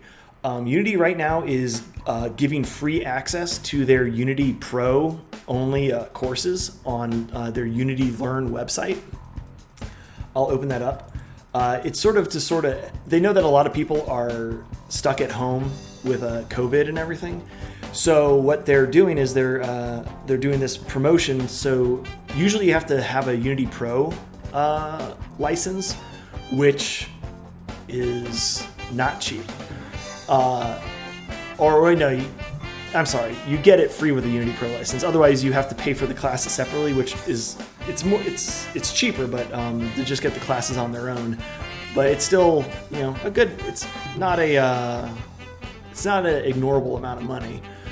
Let me go here. So it's Unity Learn. Yeah, you'll have to register with Unity, but that's free. So yeah, here we are. There's a very basic, if you say new to Unity, right here they have some great levels or some great video tutorials showing you how to create your first project, teaching you how to use the editor, you start off you create a karting game, for crying out loud, and like I said, tutorial, so that's pretty cool. And then when you're ready to advance from there, they have tons of things. One of the Unity, I'm gonna write down here, C#. Like 2 months ago, I took the Unity C# Survival Guide. I started off knowing next to nothing about programming. In about a week, I knew, I felt like my brain had expanded 1,000 times over. I cannot express how useful these courses are. And right now, they're free. Like you see this little thing here, it says Premium. Well, not anymore. Yeah, supporting our community. We're making Learn Premium available to all users in perpetuity. So yeah, that's pretty freaking cool. I would highly suggest exploring this website, and if you're really serious about wanting to make games and get started getting your feet wet with Unity, learn.unity.com is a great source for that. Anywho, I'm very easily getting derailed here. We're creating a new folder inside our assets called Models. It's where we're going to store all of our models. I'm going to go back to Maya. Boop. Okay, whenever you see this little radial dial pull up, it's because I'm hitting the right mouse button on my mouse. I'm going to go to Object Mode. There we go. Get out of there. So when I'm going to export him, if I'm not careful, I might only export his body or his eye or whatever. That's why I grouped him. I can click on this group, Kirby group here, and I can go up to File, Export Selection. If you do Export All, it's also going to export things like your cameras, like your front camera, your back camera, your side camera, your top camera. The way I did that, the way I changed to this 4-angle view is I tapped spacebar. Just tap spacebar and it toggles between like I put my mouse over the top view here and I hit spacebar. Now it full screens the top view. I hit spacebar again. There we go. I put my mouse over the perspective view here and I tap spacebar. And now we got that. So that's what's happening whenever you see that happen. So I'm going to click on this Kirby group and I'm going to go up to File, Export Selection. Again, I don't want to export all, otherwise I'm going to export some cameras with it and that's going to look bad in Unity. Export Selection. It's going to bring up this little window here. Luckily, I've already created a shortcut to the Models folder. It looks like we're actually already there. We're in Fangamer Art Stream Project, Assets, Models. And what are we going to call this guy? I think someone had some pretty good names in here. Chad Kirby, I think. Or Peter Griffin Kirby. I like Chad Kirby. We're going to put down Chad Curbs with a Z. So the best way to export for Unity is FBX. FBX includes tons of information. It includes your textures, it includes your rigging. So if you have bones for animating, it includes animations. It's basically an all-in-one format. So FBX is not good for 3D printing, but it is good for Unity. Go ahead and click Export Selection. There we go. I'm going to go back to Unity.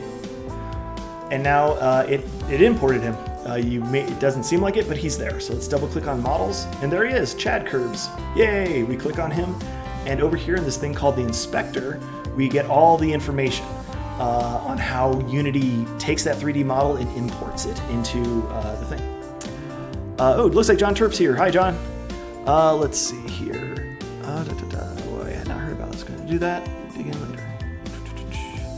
Okay, John, they actually extended that to forever now. Amazing. It's free forever, so that's amazing.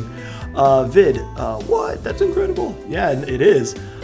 Danny, whoa, nice. The tutorials are pretty great for newcomers, but can teach you less than ideal habits for performance. Just keep that in mind.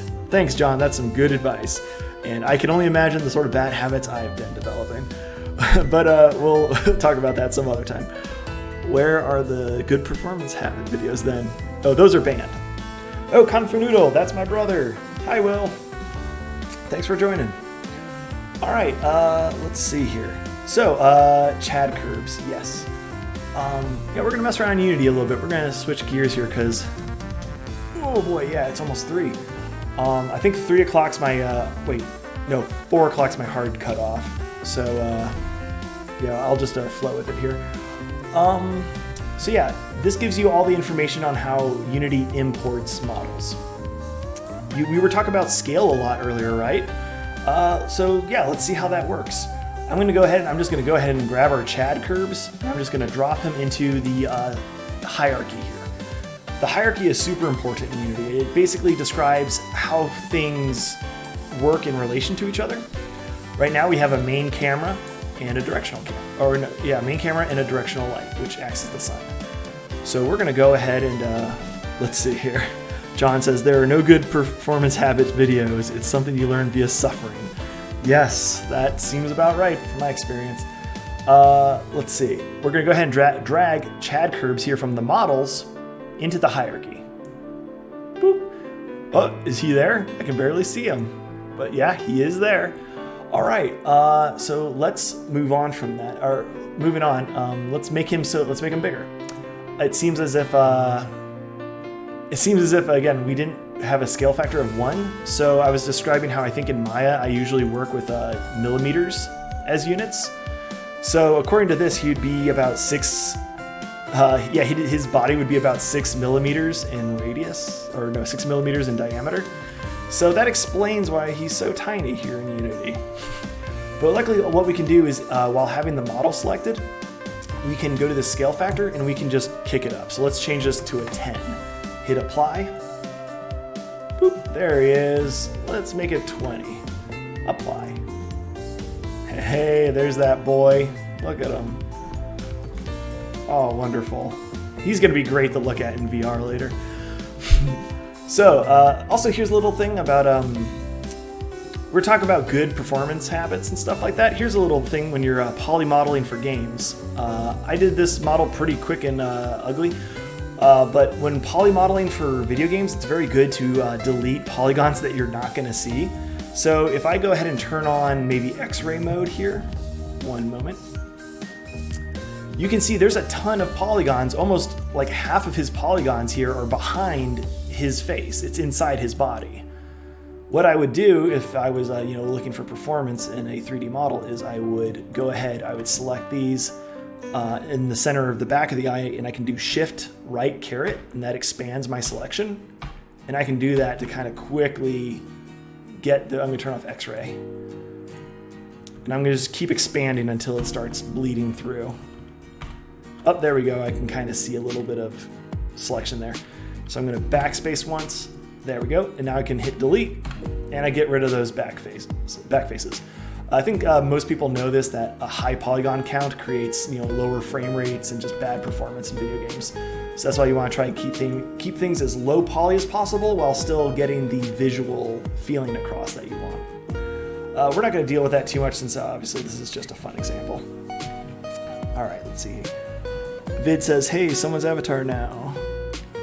No animation, just Chad Kirby rapidly sliding towards you. Clap, breathes in knowing he might have to go through the pain. Oh yes, no. It is a long journey. But again, just practice. Just put in the time and whoops. Oh, hey Sanborn. Thanks for visiting us again. You're not Unity. Whoop. Here we are. All right, you know what? Let's color Kirby. Let's give him some, this will be fun. We're gonna work with what's called materials. Materials are like textures, but so much better. Textures are just sort of the 2D information. They're just a flat, JPEG or what have you. A material is sort of like the actual substance that the texture has. Things like reflection, metallic, how metallic it is. You can apply masks to it, which kind of affect how dirty it looks in some areas, like how rough and how smooth. Materials also create light, like you can have a texture that glows. So what we're going to do is to work with textures or materials, we should start off with assets. In our assets folder, we're going back here. We're going to create a new folder, and we're going to call this one materials. Inside our materials folder, we're going to right click, go to create, and just choose a material here. There we go. I'm going to call this material pink. Very good. I'm going to go ahead and drag this material. Well, no, before we do that, let's set it up. While we have the material selected here in the project viewer, you have all of our options for our material. Albedo, that basically means the color information. This is your texture. If we wanted to create a brick Kirby, we would link the albedo here to a texture of a brick wall or something. By default, it's just a solid color if you don't do that. So we're going to go ahead and click on this solid color picker here. Bring it over into the window, and let's find a nice pink. There we go. That looks good, don't you think? There we go. And now what I'm going to do is I'm just going to simply drag this material onto his body. Hey, that looks kind of weird, but I think it's going to look good in the long run. So from here, what I can do is I can take these sliders and I can start changing things. Like let's make him metallic. Ooh, it kind of darkens it up a bit. I can change the smoothness, kind of creates how sharp that hot spot is on his body. There he kind of looks like a like car paint or like a jawbreaker. And I can go like that, make it really smooth or really rough, kind of a nice even distribution of light. Anyway, you can create a lot of nice effects by messing around with these materials here. John Terp says, all game devs wake up every morning and watch the cause speech from Metal Gear Solid 5. Why are we still here? Just to suffer. Let's see. So yeah, this material. Let's go ahead and his arms are the same color, right? But his shoes are different. Yeah, I think his shoes are like a red. So I'm going to go ahead and just right click. Actually, no, find this a little faster. Select it. Going to do Control D to duplicate. I'm going to call this one red. And now from there, let's see. Pretty easy to get a red color, don't you think? Let's make it a little darker. I think he has like a kind of a little darker colored shoes. Boop, boop, there. Hey, and now his eyes are really throwing me off. Let's get a good black in here. Material, black. No color. Get out of here. Ding, ding. I know he's got like blue pupils and stuff like that. Yeah, this is Funko Pop Kirby. What have I done? Anyway, for his eyes, I'm going to increase the smoothness to kind of get some nice hot spots on there on the reflections. Yeah, his pink is way too reflective. There we go. Chad Kirby is back. Chad Kirby is whole now. Very good. Let's see here. I think that's it. We've modeled something from scratch. We've imported it into Unity, and we've assigned materials to it to kind of really give it some substance, substance to it. His shoes are way too shiny. There we go. All right, let me take a look at the time. Just about 3. Okay, you know what? I'm gonna go ahead and model the phaser, so that way, I'm gonna go ahead and model the phaser and Pickle Rick really fast. So that way, I think Kirby's gonna be chomping on Pickle Rick like a cigar, and he's gonna be holding the phaser, and that'll be a good centerpiece for our VR chat world. All right, bye-bye Kirby. See you soon. Yes, bye. Don't worry, we can always re-import his FBX file later if we want to adjust him. All right, so Pickle Rick. Let's see here. This should be pretty easy, I think. Let me see here. Smooth it out. All right, it already looks pretty good with some subdivision. Just let's see.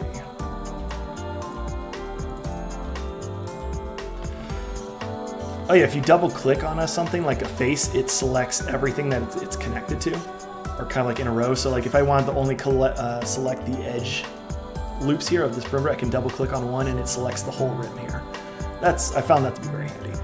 So I'm going to double click, select all the faces, and then control drag to deselect all of them but the top. Going to expand. Oh, whoops, I'm sorry. I should actually be doing this to both the top and bottom at the same time. So now I'm going to control E to extrude. Extrude a little bit and shrink it. There you go. That ought to help us get a good pickle shape.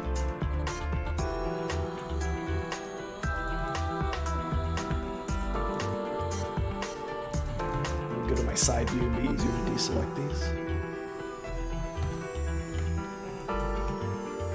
Okay, maybe if I bring these up. Scale these in a little bit. There we go. And then I'm going to grab the vertexes on the both north and south pole, and I'm going to separate those, make them a little longer. There we go. Okay, and now we were actually talking about this earlier when we were doing the hexagon. This is a good example of why I would want to use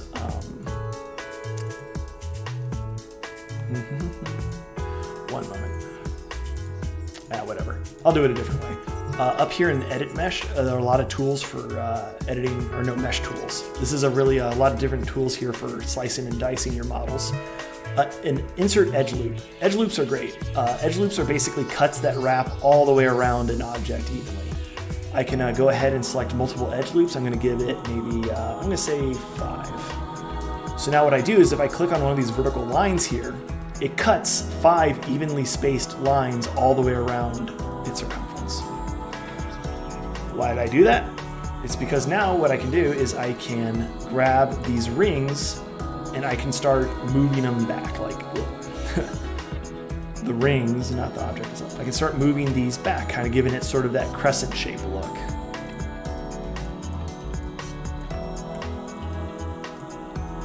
And I'm actually going to take these end caps here. I'm going to move them this way. I'm going to rotate them too.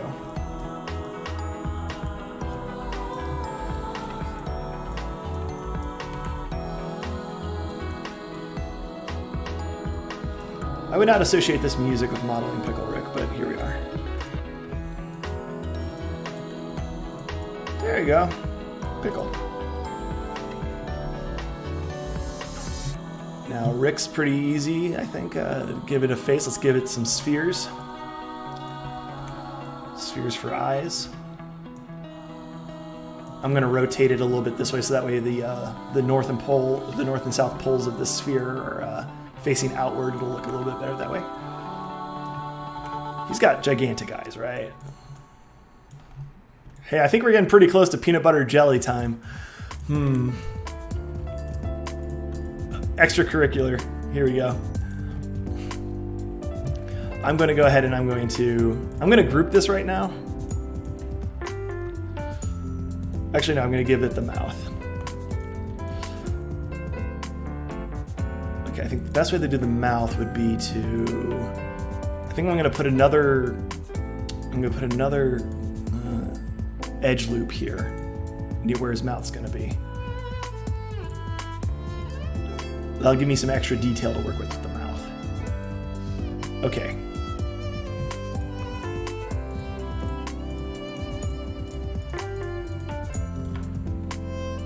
And he has a huge mouth. Okay.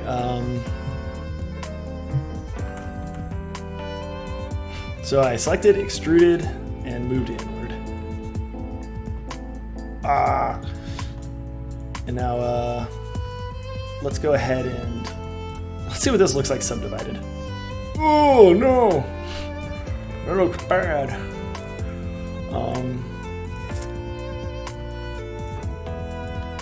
I'm gonna go ahead and I'm gonna move these up a little bit, give it more of a less square of a.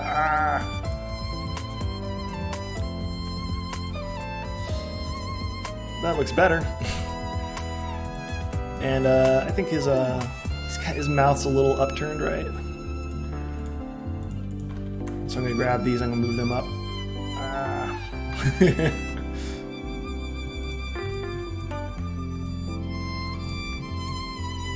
There. Once we put some teeth in there, it'll look better. And this is peanut butter jelly time. What am I talking about? Okay, let's see here. Yeah, that's good. I'm gonna save it where it is right now. Actually, no, I gotta create the pupils. So I'm gonna duplicate this sphere here. I'm gonna move it forward. I'm gonna shrink it down a lot. There we go. Let's, there we go. Duplicate. There, that's Rick, right? Let's see. Yeah, he's got little tiny ones. Oh, he's got a unibrow too.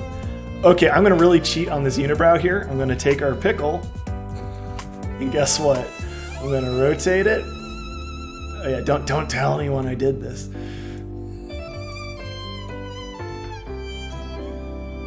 It's our secret.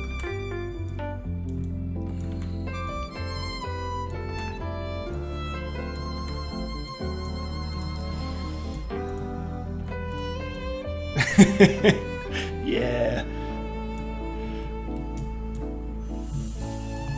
So let's see here. I wouldn't be surprised if it gets revealed later in the show that Rick's eyebrow is a smaller Rick. Let's see. Oh yeah, so T. Oh, that's right. I was gonna save a peanut butter jelly time version of this. So I'm gonna go ahead and group this together.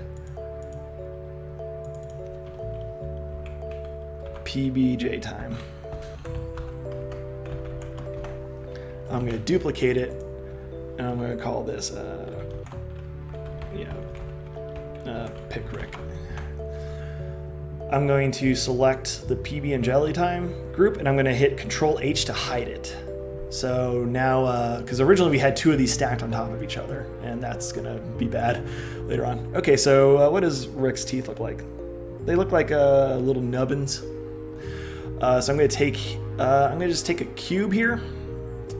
And I think I'm just going to shrink it down, and I'm going to subdivide it once. Smooth. Sure. And now, actually, no, I'm going to do it twice. Smooth. And now with that, I'm going to then just scale. Just make them a little bit flatter. There you go. And I'm just going to stick these in his mouth.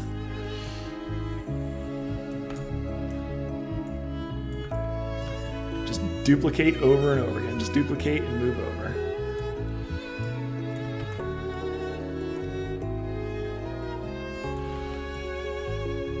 That one's a little too far down.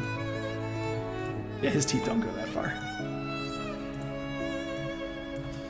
And actually, they're a little bit smaller. You can select them all and just scale them all uniformly. I'm getting a very vibe from him right now.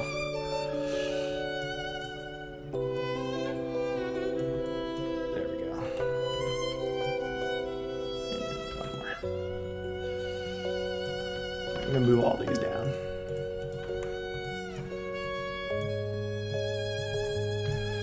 There we go.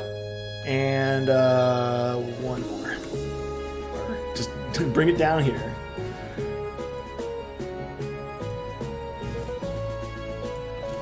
How's he looking? Yeah, we're getting there. He's got a nose. I think I'm just going to extrude right here. Pull it out. Here's what it looks like in the low poly version.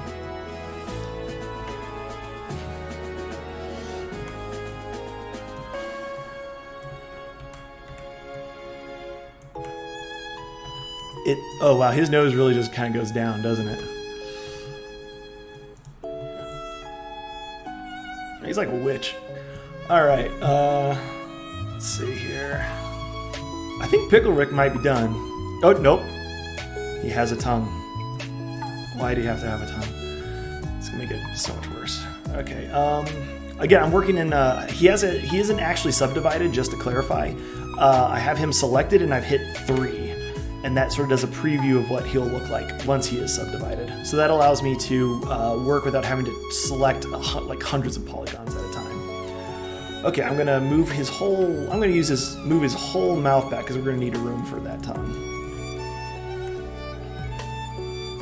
Oh gosh, it reveals more of his teeth. I don't like that.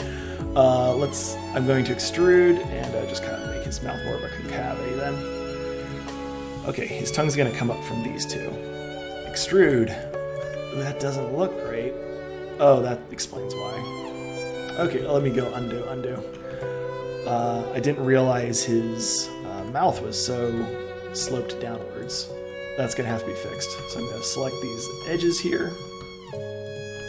Go back to my low poly view and I'm gonna bring these up. Oh boy, it's going outside of his head. I think it'll look better once it's subdivided, so no worries. Okay, let's go back to subdivision mode. Yeah, once it's subdivided, his inner cheeks go back inside where they belong. All right, so again, these two faces look like a good place for a tongue. So let's extrude them. There we go. Let's go back to low poly to kind of shape it. It doesn't need to be that big. There we go, get a start. Let's go back to high poly and extend again, or extrude. Let's pull it out. Oh, I hate it. Joey, why are you making me do this, man?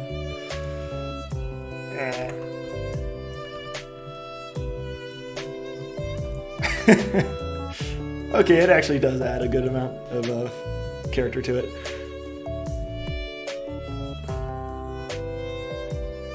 Alright, let's see here. 2 Pupils for best one. Hacks. So close to the bananas of Rasta Man. I know where we're going for a full set, but one big cube tooth would also be great.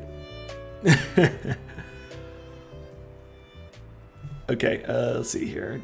Yeah, as per Danny's request, here we go. This tooth becomes big tooth. I don't know if that's what you were actually suggesting there, Danny, but that's what we're getting. Okay, so let's go ahead and actually here, to go ahead and make this easier to color when we get into Unity, what I'm going to do is I'm going to take the eyes and I am going to, oh geez. Oh, first off, I have a whole bunch of new objects here that I need to move into Pickrick. By doing that, I select them and then I mouse click the middle mouse, the mouse wheel, and I drag down to Pickrick. And I release, and there it goes. It pops all those into the Pickrick group. All right, so I want to select these eyes here, these eyes and the teeth. I'm going to select everything that's going to be colored white. Now here they all are, and then I'm going to go to mesh and I'm going to combine them. Boop. So now all the things that are to be colored white are one object. It moves it out here. You see all these like weird artifacts left behind? Maya has a thing where it keeps track of history. So basically these little artifacts here are left over because Maya is remembering that these things used to be separate and were then merged at one point. That's not going to be important for us, so I'm going to go up to edit, delete all by type, and I'm going to delete all the history. That also helps with performance. If you notice that Maya is running really sluggish, it might be that your history is just so big that it's having a hard time keeping track of all of it. So I'm going to take this Pickrick, and I'm just going to go ahead and name this white, and I'm going to click middle mouse button over Pickrick. What time are we at? 3:13. Oh boy. Okay. Yeah, you know what? That ray gun's going to have to be real sloppy. There we go. His tongue's not going to be red. Oh well. It's a price we're going to have to pay, I suppose. And no, yeah, I think that's it. That'll save us some time. Actually, no, those pupils. Those will also get merged together here.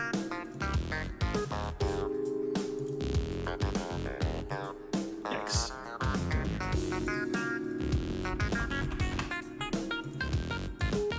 Okay, there we go. So we have, we're gonna have 4 different colors. The black of his pupils, the green of his body, the sort of gray ash of his eyebrow, and the white of his eyes and teeth. I'm just doing this for the speed of coloring. It's not actually something you need to do when like modeling. Okay, so I went down to File, Export Selection, and yeah, we'll call this Pickle Rick. Export. All right, let's see. Let's go ahead and see the fruit of our labor in Unity. Okay, we'll go to Models. There's Pickle Rick. Oh no, I never. That's right. If we take a look here, I never actually subdivided his body. So he's gonna look real weird.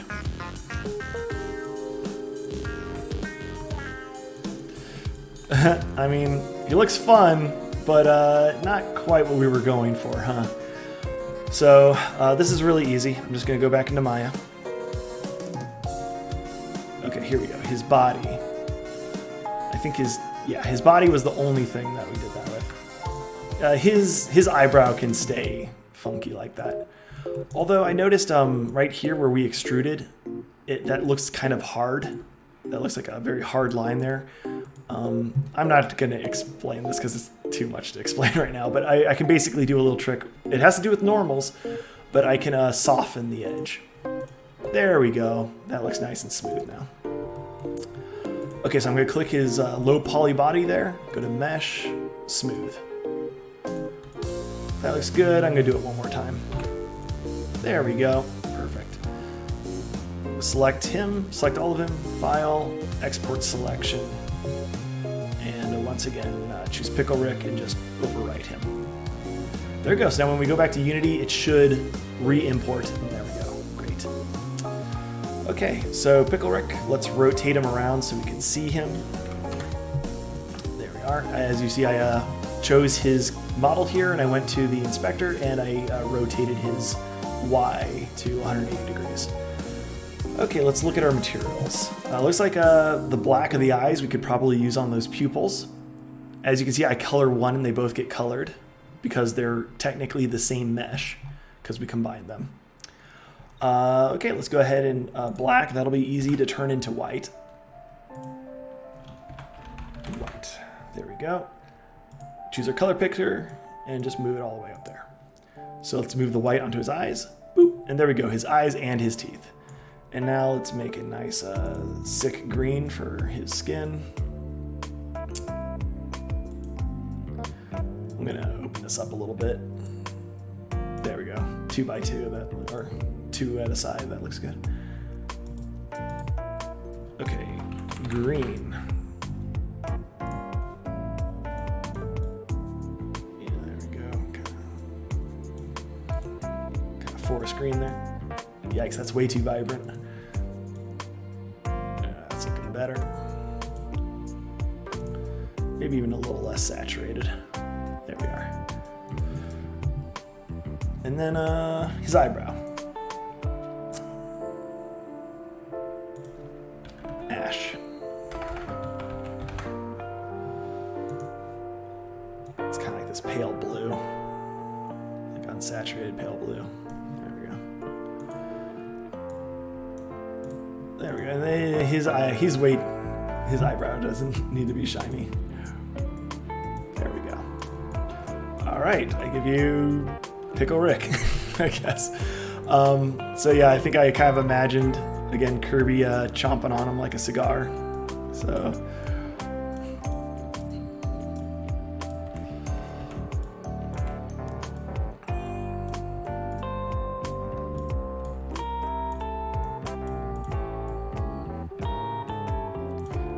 Here, Shrink.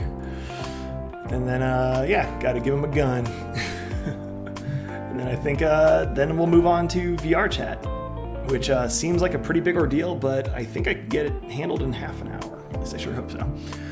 All right, back to Maya.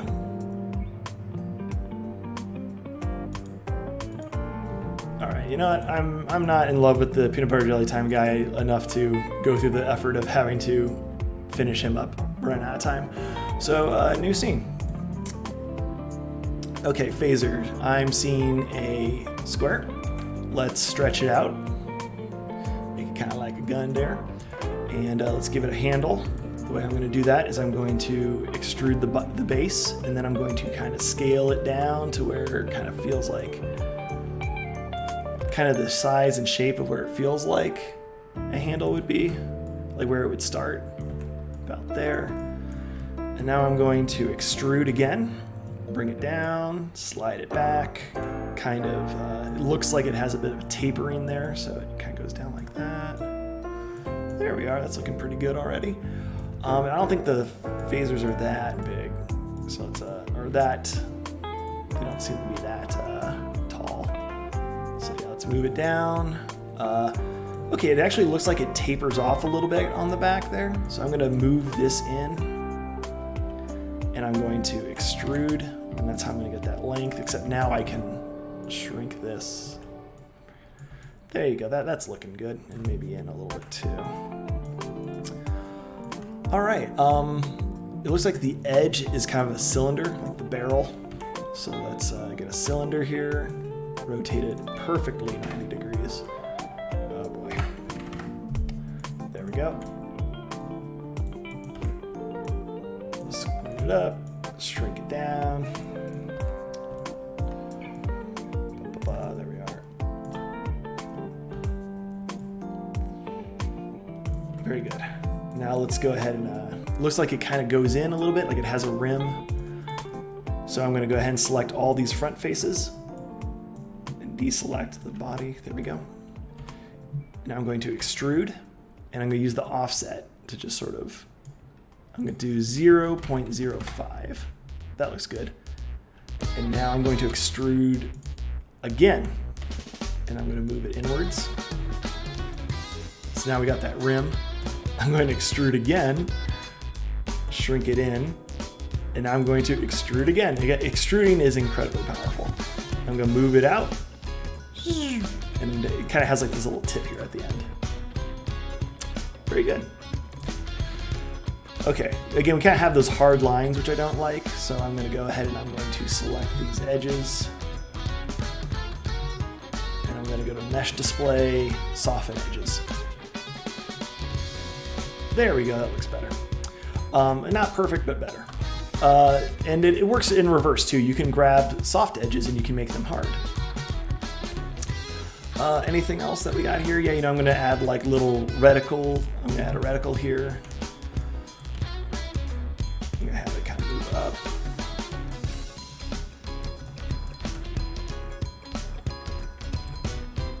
There we go. Reticle needs two parts, so I'm going to split this model down the middle here. Edit mesh, mesh tools, insert an edge loop. I want it to be I want to make sure it's exactly in the middle, so I'm going to do multiple edge loops, but only choose one. So that'll allow me to click here, and it'll put one cut right down the middle. Very good. And now to extrude these. I'm going to extrude that one, and then I'm going to extrude this one. This is going to be a good time to kind of show off symmetry. Right now symmetry is off. I can turn symmetry on. You want to choose the plane that it gets cut on. Like imagine like a mirror cutting it down the middle. The mirror would cut down this line, which is the x-axis. But it doesn't use axes, it uses planes. So imagine a mirror would be like here. So what plane are we looking at? We are looking at the Z plane. We can see because the Z is nowhere to be seen. We see X, we see Y, but no Z. So we're looking down the Z plane, or looking at the Z plane. So let's turn symmetry on world Z. So I think what this will do, if I'm right, is I should be able to just choose one half of this thing. And as I move it, as I move it, oh no, it's not working at all, like how I wanted. You know what, I'll change it to maybe object Z. There we go. I don't know why it's, can't say I really know why, oh my gosh. What happened here? I'm gonna backspace quite a bit. Okay, I think I must have done something wrong. Okay, so now we're back. Let's turn symmetry on for object Z. There we go. Extrude. Will this bring them together? Yes, that sucks, I don't want that.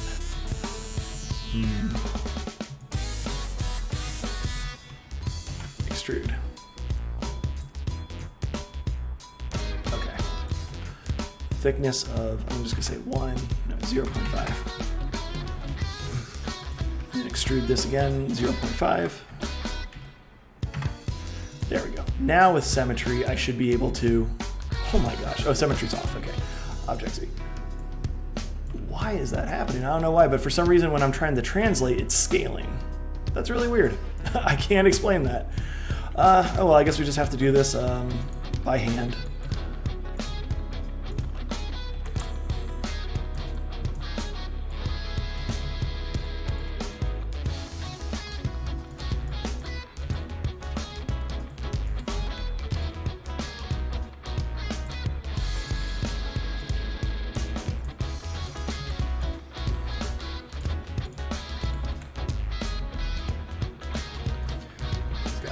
That took a lot longer just to get some crosshairs on there than I meant for, sorry. But yeah, there we are. And now let's add a little trigger. I think I'm just gonna create a block. And I'm just gonna put it here on the handle.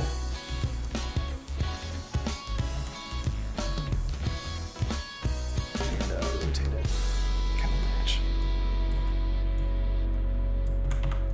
There we go. Pew pew. Puyo. All right, I think that's it. We should probably move on to VR chat stuff next. Group it. Taser. File, export selection.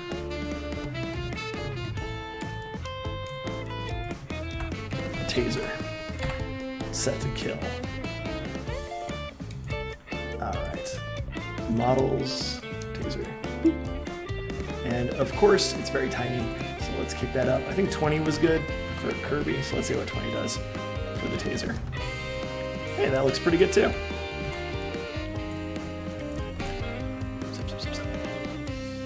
180, there we go. His hand isn't really up. That's fine. There we go, we'll just angle it.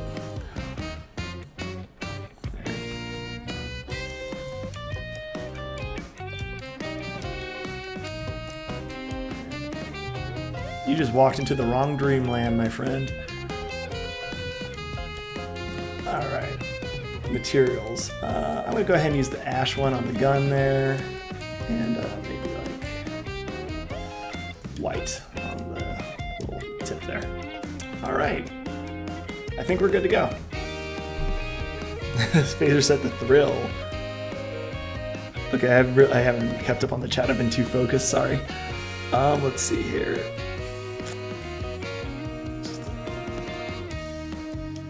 This VeggieTales reboot is nuts. This is Vid. Danny Kirby's hot glue gun. Yeah, that's the family-friendly version of it. That's a good-looking phaser, says Vid. Thank you. Top 10 people who could beat Thanos. Number 1. Yep. The director's cut. Let's go ahead and put it there on the trigger. No, let's put red on the trigger. Red for danger. There we go. All right. So here we are. We have our models inside of Unity. So let's talk VR chat. It's sort of a personal preference of mine because, well, I spent so much time on the virtual Camp Fangamer, and also just I really like the concept of VR chat. The ability to be anyone, anything, anywhere with all your friends. Being able to do anything is just really great. It's just it's the metaverse really. And it's definitely in its early stages, but I think it's the beginning of something that's just going to keep growing really. But yeah, let's, what VR chat has a really good purpose for this stream because it allows us to, we love VR. Let's see here. It's very good for the stream because we're seeing how to create our models. Seeing them inside Unity is great, but actually being able to put it in a VR chat would allow us to, one, see it in VR, which, seeing Chad Kirby here on the stream is one thing. Actually feeling like he's, 3 feet tall, 4 feet tall, standing in front of you is completely different. And also with VR Chat, it's very easy for you to share it with your friends. If we have enough time, I'd like to be able to publish our world and make it so that way people can join and walk around with me at the end of the stream. So let's begin. If you want to become a creator with VR Chat, you have to start by registering with VR Chat. It's very easy. Just go to vrchat.com and which I'm pulling up right now. And yeah, just go to login, and if you don't have a login already, you can go ahead and create a sign up or create an account. And then once you have an account, just right here on the front page, go to Developer and click on Documentation. Their documentation is very good and can help you with basically everything you need. Click Get Started. And then here we are. The first thing you're going to need to do is find out what version of Unity, what version of Unity is VR Chat currently working with. They tend to stick with older versions of Unity. I assume it's because those older versions are more stable. So to do that, here we have guides. Getting started. Okay, guides. Current Unity version. Right now, they're currently using Unity 2018.4.2.20 F1. Luckily, I already have that installed and I've set up our test. That's what we're currently using. You can see if I go back to Unity up here at the top. There we are. It's the correct Unity version. And let's go back.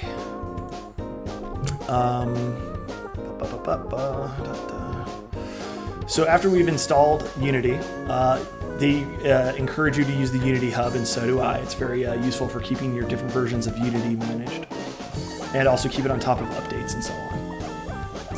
And then you're going to need to download the SDK. SDK stands for Software Development Kit.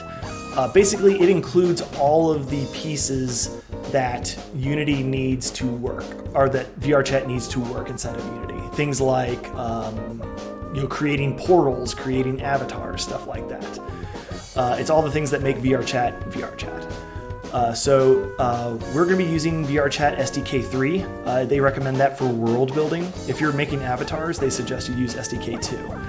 However, it seems like SDK 2 is slowly being phased out. So SDK 3 seems to be like the way things are heading.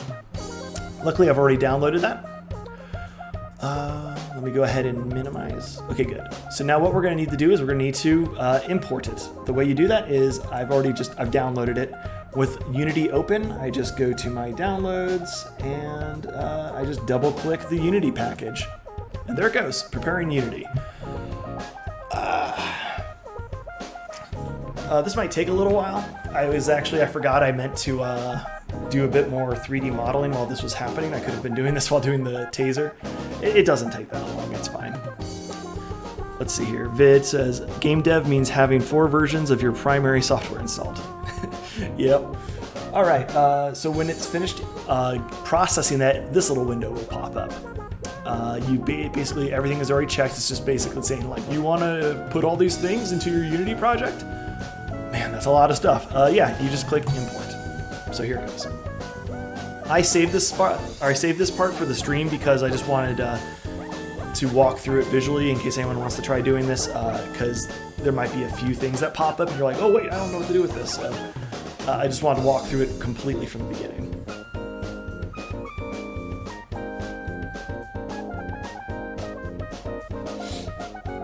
Although, as you saw, it is importing a lot.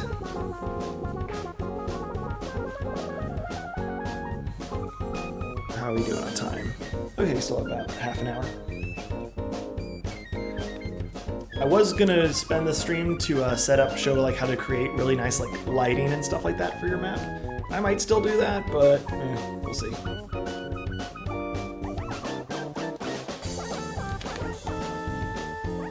I think the important thing is getting a world published, so that way we can actually meet up together by the end of the stream. And everyone can introduce themselves to Chad Kirby in person. Yeah, while we wait, let's just enjoy the fine musical accompaniment by Mustang.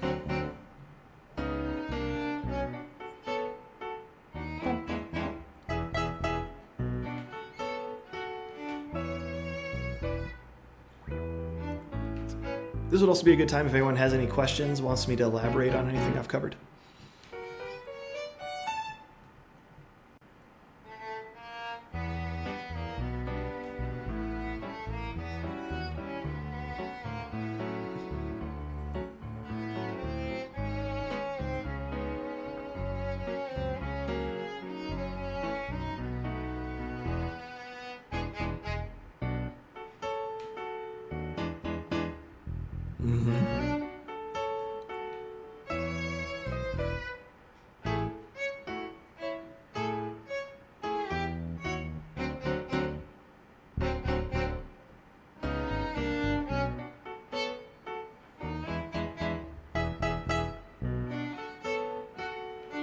Yeah, when I was a kid, I used to borrow my dad's recorder that he would use to record meetings at work. And I bought my own tape from CVS, and I would put on my favorite video games, and I would hold the recorder up to the speakers so I could bring like Earthbound music and stuff with me on the school bus.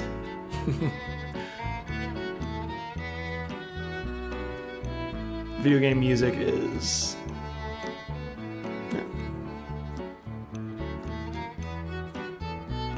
it's underrated.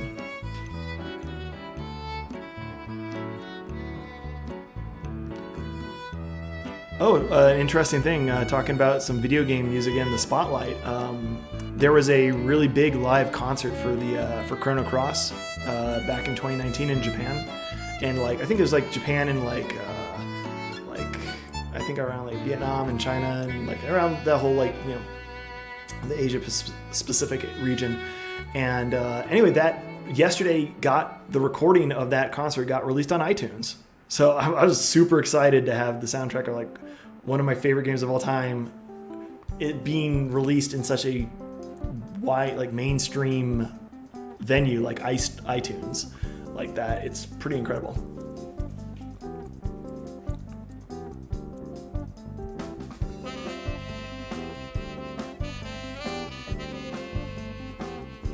Danny feels me. Yeah, you've been there. Oh, Danny's asking, is Maya capable of doing texturing? Yes, it totally is. It is capable. Again, Maya is like the industry standard for a lot of 3D modeling stuff. I think they say like if you can learn Maya, you can learn anything. I'm using Maya LT, which again is a limited version of Maya made specifically for indie devs. It's affordable to the average person, but that's why I use it. But yeah, it does texturing, it does rigging, it does animation. I even think you could probably also even like author shaders and stuff in there. I don't know. I haven't messed around with that, but no, it's great.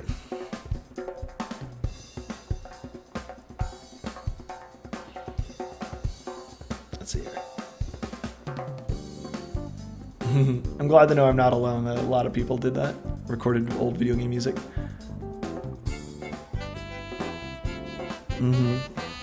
Yes, music in games is just so important. All right, so here we are. Looks like it finished installing everything. Very good. I'm going to go to VR Chat, SDK. Actually, no, let's go back to their guide. Let's follow the guide. I'll be going kind of fast because obviously we don't have a lot of time, but setting up the SDK, I think we've already done a lot of this. Installing Unity, creating a project, importing the SDK, and now we have to log in. Okay, good. That's actually what I was just about to do. VR Chat, show control panel. Oh good, it remembered everything. So here we are. I'm registered as Jacko for VR Chat and it has my password. I'm gonna go ahead and sign in. Logged in, there we go. So now we can publish worlds, and when I do, it'll be published under my name. Let's go back to the thing here. Okay, now I think we go to worlds. Creating your first world. So first we're going to need to set up the scene to support VR, or VR Chat specifically. What we're going to do is they create a nice, beautiful little thing called a VRC World Prefab. What a prefab is it's a prefab stands for prefabricated. Imagine you went through all this work in Unity building yourself a car, and let's say, okay, here I'll use this as an example really quick. 3D object, I'm going to create a capsule. Oh my gosh, Kirby's going to be huge. This capsule's about the average size. Oh wait, it's in the ground a little bit. Let me up. Oh gosh, that's rotation. One moment.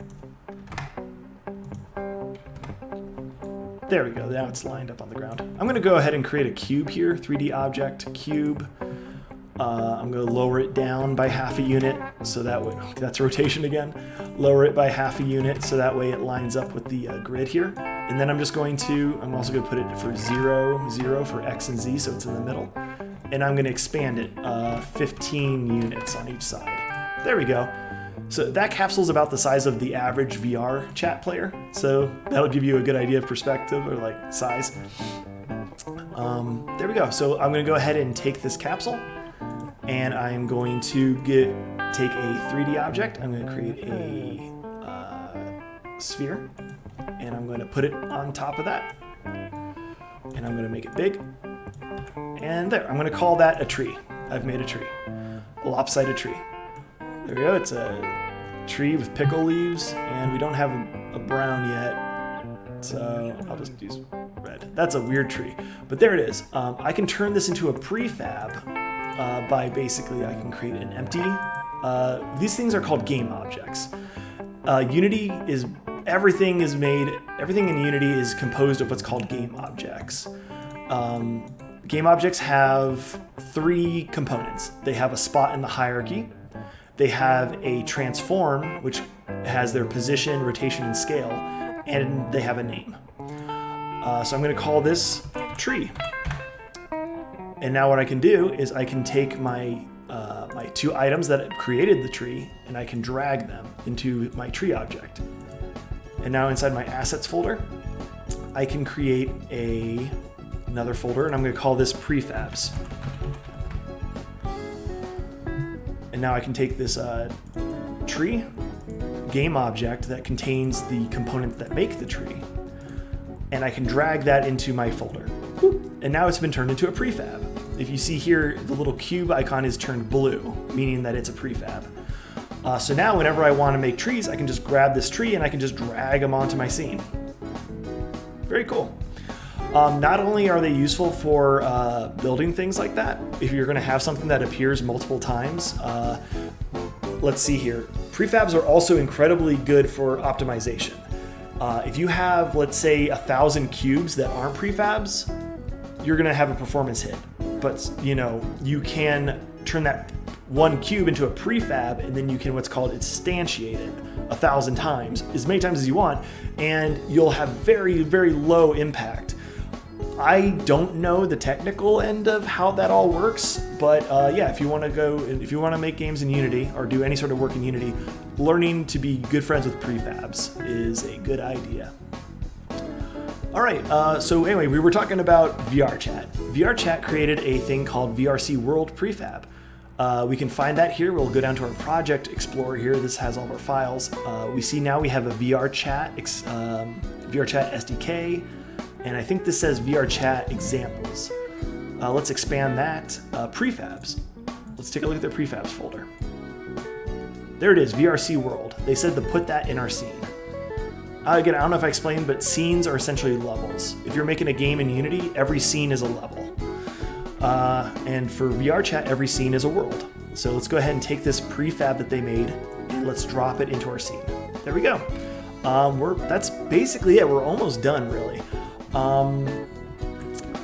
So now that we have this prefab contains all the code needed for this to work in VRChat. How do they do that? Here's something else I should explain. Every game object in Unity has a thing called a component added to it, or most do anyway. As you see the ground, I'm going to name this ground so we don't get confused. Ground. This ground has several components attached to it. It has a mesh renderer, which draws the mesh, which is a cube. It has a box collider. The box collider is what's going to keep us from falling through the ground when we spawn. It's a collider that means that our player will collide with the ground and not just pass through it. I don't think Kirby has any of those, so we should be able, or our trees. Actually, no, I think our trees do. Trees have capsules and cubes. Both of those have colliders on them. And as you see, they also have mesh renderers, which actually draw the 3D object we're seeing. This is also, you can add your own component if you want. So like for Kirby, if I wanted it so that way we couldn't walk through Kirby, I'm gonna click on Chad Kirby here. I'm gonna click Add Component, and I can search Collider, Sphere Collider, Box Collider. I can choose whatever I want. It's also good for, this is how you give things physics if you wanted to. You add components that create things to be physically simulated. And also when you start doing your own programming, when you start saying things like maybe whenever I hit the space bar, a little laser shoots out of the taser. When I do that script, when I do the programming for that, I would add it to Kirby as a component. So yeah, that's a little Unity breakdown. Again, if you go to that Learn Unity website, you'll learn all about this stuff, probably in a lot cleaner format. But that should give you at least a little to get started with. Okay, let's go back to the guide because I'm sure I'm not done yet. Oh yeah, first I know we have to create spawn points. That's something. What I'm going to do is I'm going to go ahead and I'm going to create an empty game object, and I'm going to call it spawn point. There we go. When we go to the VRC world prefab here, we'll see that there's a component here called a VRC scene descriptor. Inside of that, there's a thing called spawns. This is what's called an array. An array is, you can think of it as a list or a group of things. We have to specify the size of the array. Right now, it has itself selected as the first object. That's not great because Kirby's on top of it. So I'm going to go ahead and I'm going to drag my spawn point on top of element 0 here. Boop. So now element 0, or the first item in this array, or this group, has become spawn point. Now if I'm going to have a bunch of people joining me, people are going to be, also here's something about spawn points. In VR chat, the way you face is the Z direction. When you spawn into the world, you're going to face down the Z axis there. So I'm going to go ahead and I'm going to rotate this so that way the Z is pointing at Kirby, so when you come in, you'll have a jump scare. And yeah, there we go. And now I'm going to duplicate this. I'm going to create maybe a total of 8 spawn points. Select it, Control D, and I'm just going to move it. I'm just going to move these all over the place. So I think we're at 5 now, 6, 7, 8. I'm going to select them all. Or I'm going to select them one at a time so we can see where they are. There we are. So as you see, they're empty. These are empty game objects, but they all contain transform information. They all have an X, Y, and Z coordinate. So that's good. So now what I'm going to do is I'm going to go back to the VRC world prefab. Our array, I'm going to increase it to 8. So now we have 8 things. I'm going to just one by one drag our spawn points into each slot. So now when people join, they'll randomly get a spawn point to go to. So that way if a bunch of people join at once, they won't all spawn on top of each other. There we go. Let me go back to the tutorial here, see if I'm missing anything. Creating spawn points, good, that was the next one. See, descriptor settings, we don't need to mess with any of those. Setting up the scene, okay. Yes. There's some technical things that it's going to ask us to do, and we're just going to tell it, yes, go for it. Unity has a system called layers. It has to do with like rendering and stuff like that. So VRChat has a tool. We go to VRChat SDK up here, show control panel under builder. They basically have a really easy button. You just click this and it'll set up all the layers for you. Boop. Say, do it. It's probably better to do this earlier rather than waiting till after you've built your world then doing this. So I think it's done already. And then we need to set the collision matrix. This has to do with like the physics system. Just go ahead and say yeah. All right. Automatic light map generation is enabled. Oh, okay. That is... okay. I was going to talk about lighting at some point. Basically, there's a thing called light map generation or light baking, which creates really, really nice lighting effects. However, it's currently set to auto-generate.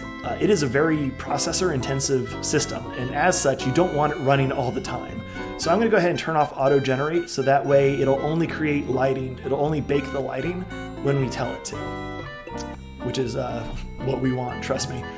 Okay, so let's go ahead and I'm gonna close this. Oh wait, just autofix, there it goes. Okay, so we're all good. I think we're all set. If we wanted to, we could test this right now. Let's do that. I'm gonna go ahead and click build and test. So what it's gonna do is it's going to basically, it's gonna run all the processes it needs to do to convert our Unity scene here into a VR chat world. And then it's going to launch a standalone VR chat client, which basically means it's going to create, it's going to launch VR chat, but it's going to launch VR chat in a very small window, which isn't connected to the internet. It's basically just there to let us preview this level. So this is not going to be accessible by anyone, but it will let us test things out here. Okay, it looks like it opened up on my other monitor. One moment. I'll move that over as soon as it's done. It's just taking a little while to load. How are we doing on time? Oh, 10 minutes. Yikes.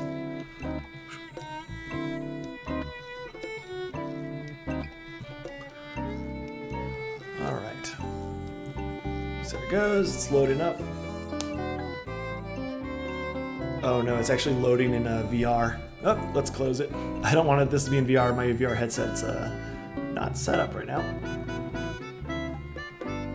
Okay, here we are. Force non-VR. Build and test.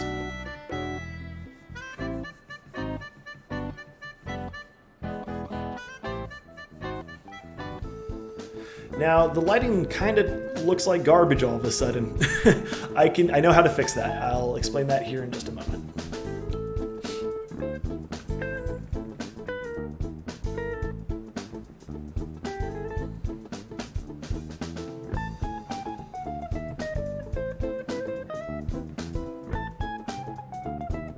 Okay, here we go. Loads a lot faster when it's not trying to do it in VR.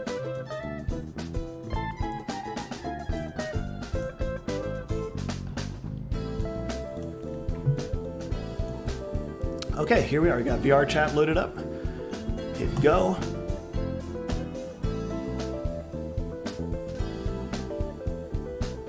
It's taking a little while here. Ah, there we are, but it loaded. Whoa! There he is. There's our boy. Our boys. All right. Very good. We can walk around, see our trees. Boom. Boom. Oh, I can collide with the trees, but I do go inside them first. So that's not great. Yeah. And I think if we fall off the level, it will randomly put us at a spawn point.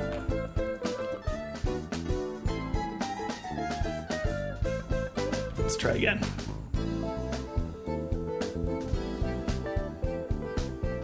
I can't tell. I think that was different. But yeah, there we are. Okay, so if we wanted to, let's see here, settings, exit VR chat. Yes, the future has arrived. All right. So yeah, I'm really close on time. Running out of time here. Actually, Fangamer, are you there? Is it cool if I run over a little bit? Otherwise, I'll just try and do this as fast as I can. Let's see here. Yeah, who needs Cyberpunk when you got VR chat and Chad Kirby? All right, so to fix this weird lighting we have here, there's two things we can do. First off, I'm going to create a reflection probe. It's under lights here. Reflection probe. Reflection probes are really freaking cool. I'm going to go back to the inspector. I'm going to put it at 0, 0, 0, so it's going to be at the center of the stage. I'm going to lift it up a little bit. Reflection probes, they basically take 6 photos in a 360 all angles, and it sews them together to create what's called a cube map. It helps things handle reflections really well. The thing about cube maps, though, is that they only capture images of things that are static. Static means they never change. Despite these trees never changing and Kirby never changing, I'm going to keep them what's called dynamic, so that way they don't get picked up by the reflection probe. So let me go here. I'm going to go ahead and click the ground. Up in this inspector here, I just click this static box.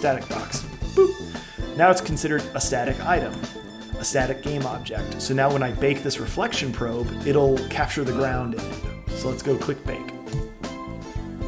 Only takes a little while.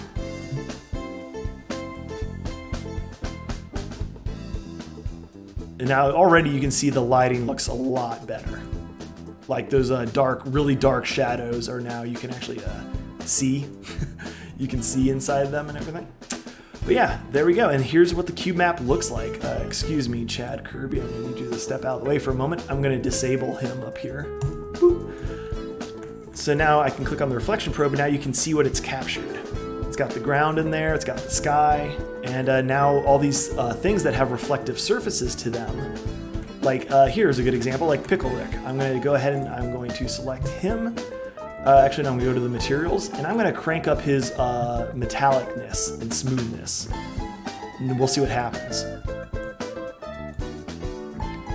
There, so now he's got this sort of metal pickle, but now you can see he's reflecting the horizon and the ground. So anyway, that's reflection probes are really great for very quickly increasing the visual fidelity of your levels. Well, actually, you can kind of see the horizon for, reflected in Kirby's eyes, and I think it's really nice. Okay, next I'm going to very quickly do baked lighting. I'm going to go ahead and create some really quick 3D objects. Give this level a bit more, some more interesting flavor here. And also show just how powerful baked lighting can be.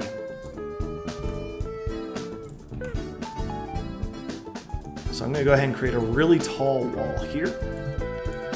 And I'm going to duplicate it. I'm going to rotate it 90 degrees so we can have a right, or these walls will meet at a right angle. I'll make it a little shorter, just make it more visually interesting. There we go. And now I'm going to make one wall red. I'm going to make the other wall green. It's Christmas time. And now I'm going to create a bunch of smaller cubes, and I'm just going to make them white.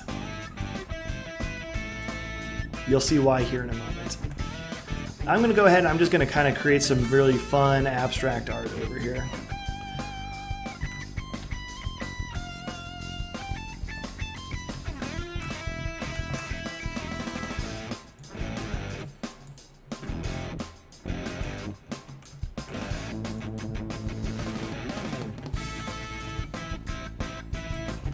You'll see why I'm doing this in a moment. I'm going to create little steps so we might actually be able to hop up here later. Kind of do some exploring. Yeah, let's see here.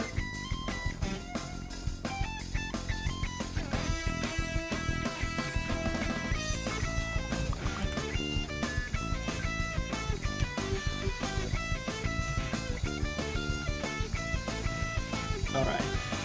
Trust me, this is gonna be freaking cool. You're gonna love this.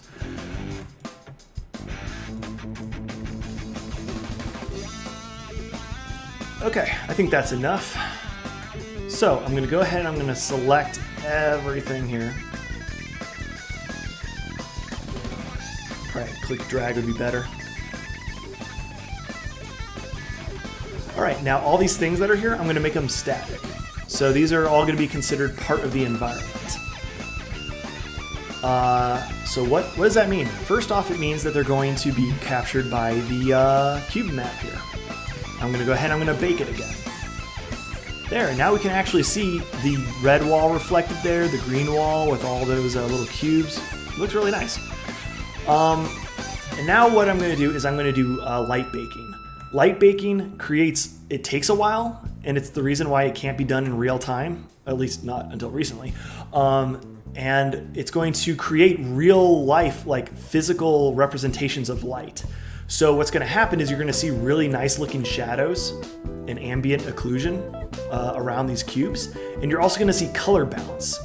Like this cube here, it's white right now, but since it's right next to this red wall, the sun is going to come down, hit this red wall, bounce off of it, and it's going to illuminate this wall here.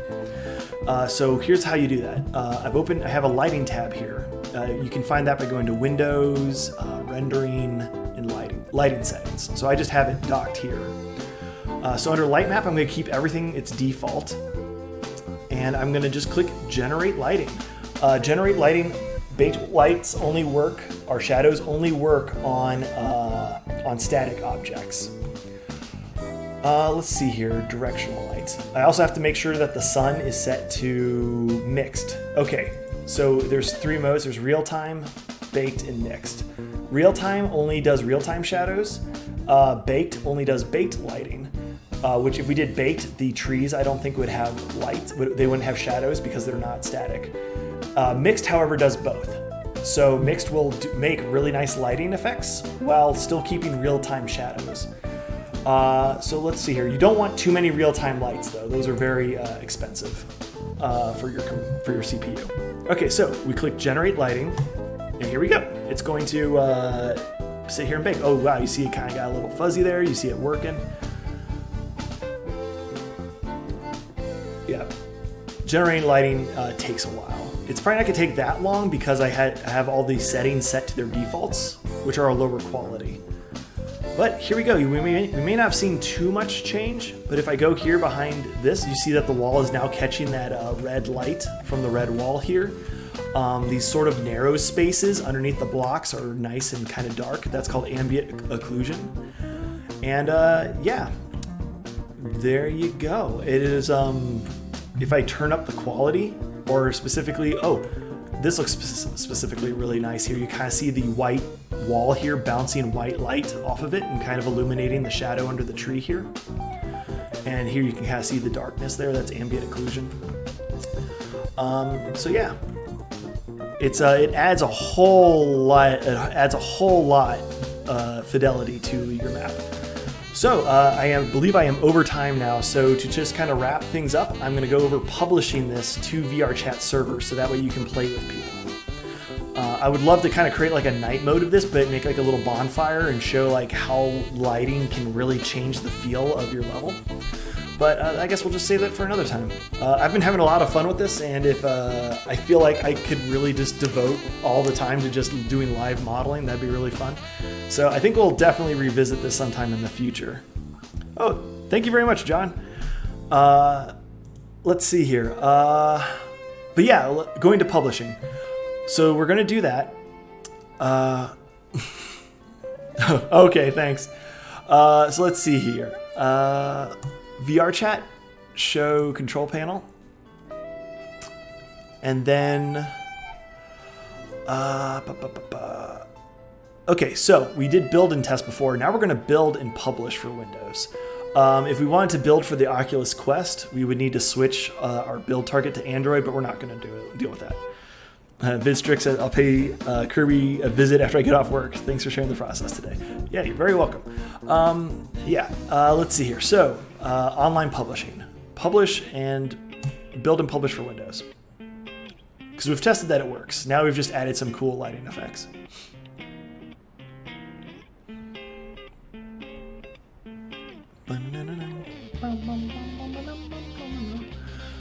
Okay.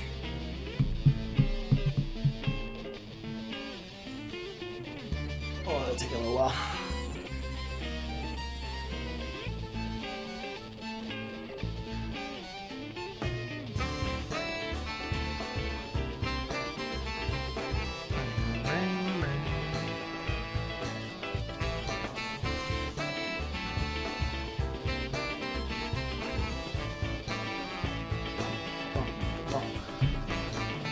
Okay, I think it's almost ready here. Come on. It's still working on something, it seems. Holy cow.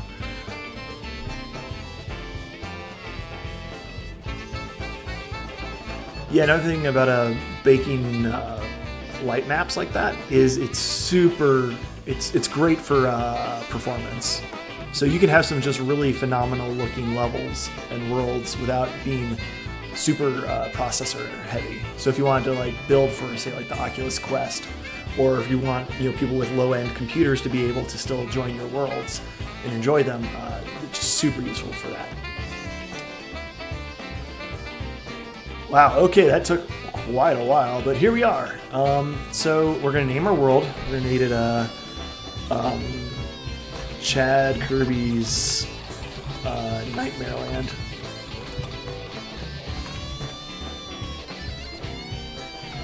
Nah, that's too edgy. We'll just do Dreamland.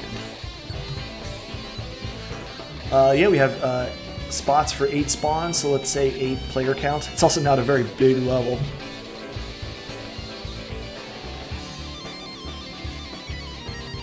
Yeah, let's see here.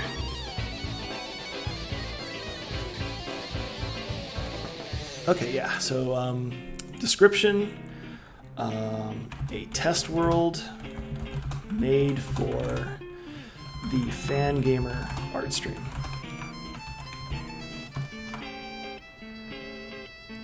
Very good. Content wardings, apparently these have been depreciated, so we don't need those anymore. Tags, I'm not going to add any tags, I can do that later.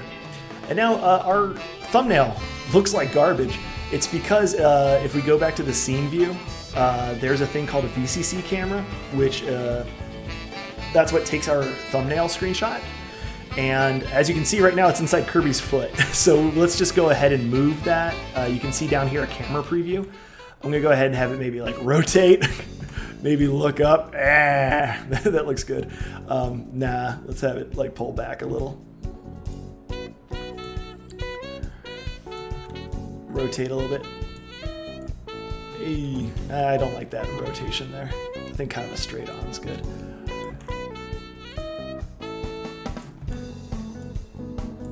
Let's rotate it a little bit that way. Let's go up a little. There we go. That looks good. I think that's a good representation of our level here. So let's head back into the game mode. And I think we're all done. Oh wait, no, we just need to check that we say that we have the above information is correct and we're not stealing. Upload.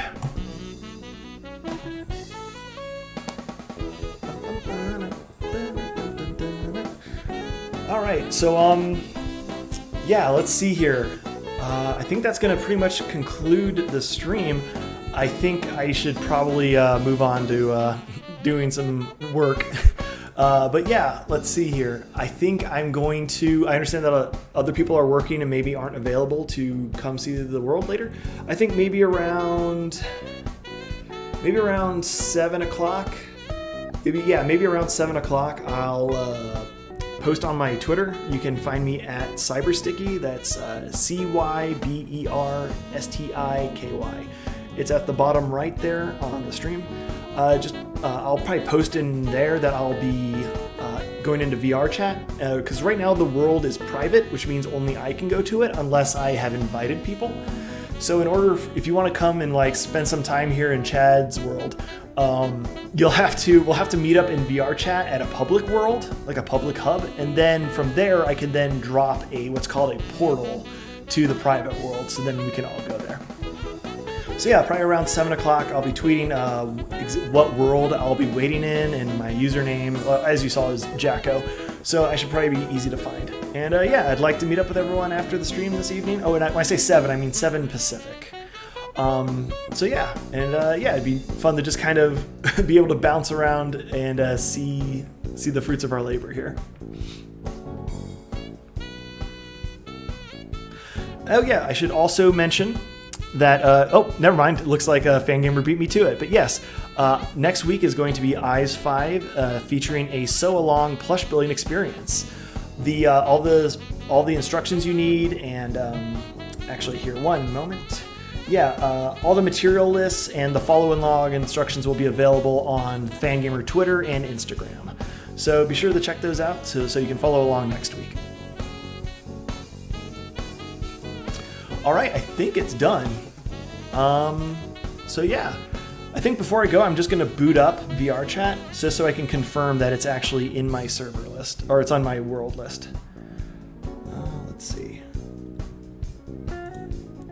Yeah, if you're not familiar with Eyes 5, she is our main, she is our lead plush prototyper.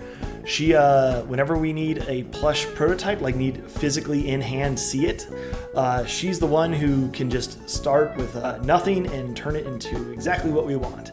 And as she was talking about with before, turnarounds are turnarounds are good, but yeah, she's a genius when it comes to just.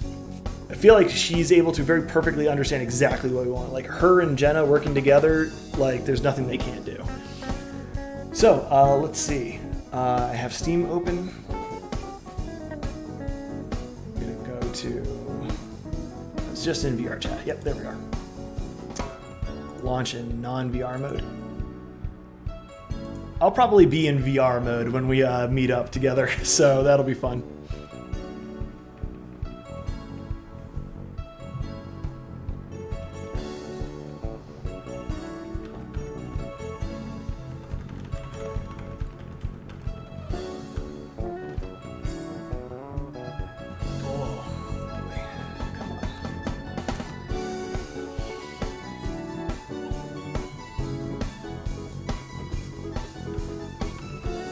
Sorry, it's taking a while to get the...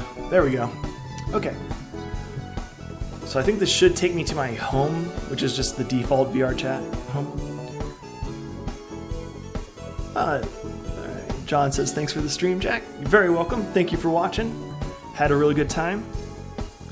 Danny says, I'm amazed that VR chat is running well on my old computer right now. Oh yeah, no, I think they've been like, they're constantly working on this and like refining it and making it run like, it's just, yeah, like anyone can run it, which is also very just the amount of like the user base is just so huge. All right, so here I am, I'm just in the default home. So let's go to worlds and I'm going to look for a section called mine. Yeah, mine, here we are. And fingers crossed, yep, there we are, cool. So here's the Camp Fangamer world I made back for 2 years ago. I used Photogrammetry, the process I was talking about, 3D scanning, to scan Camille Young's diorama of Giant Step. So you can walk around that as if it was life-size. That's accessible from Camp Fangamer for what it's worth. This is the test level I made. And like yesterday to kind of get prepared. And here it is, Chad Kirby's Dreamland. I'm gonna click on that and go. Loads super fast, I'm not surprised. It's a very small world. And here we are. Cool. Kind of peek my head back here. Kind of really take in our nice global illumination. Can I hop around? Yep. Explore. Woo. And there you have it. All right.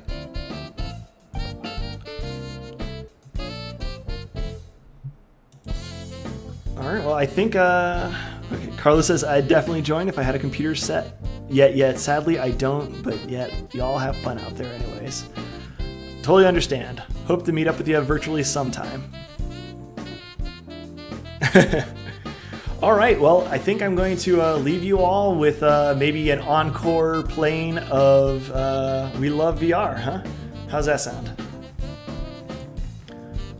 All right, here we go.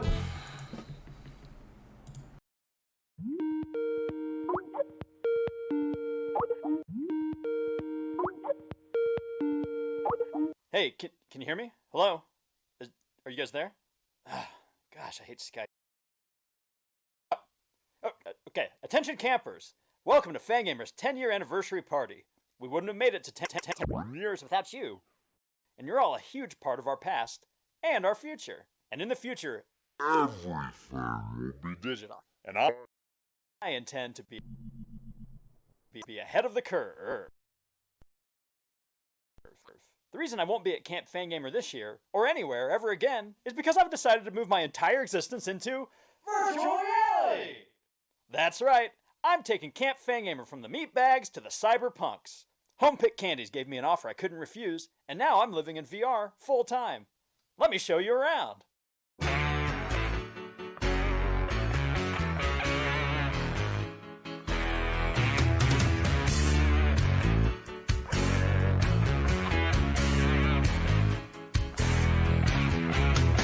Head mount display and an IV.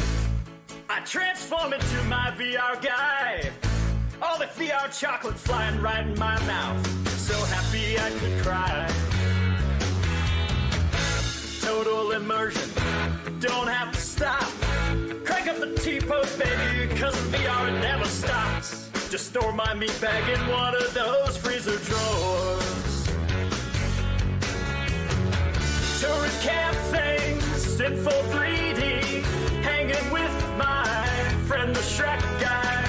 Everybody's very happy, cause no disembodied mind. It's always perfect where we are.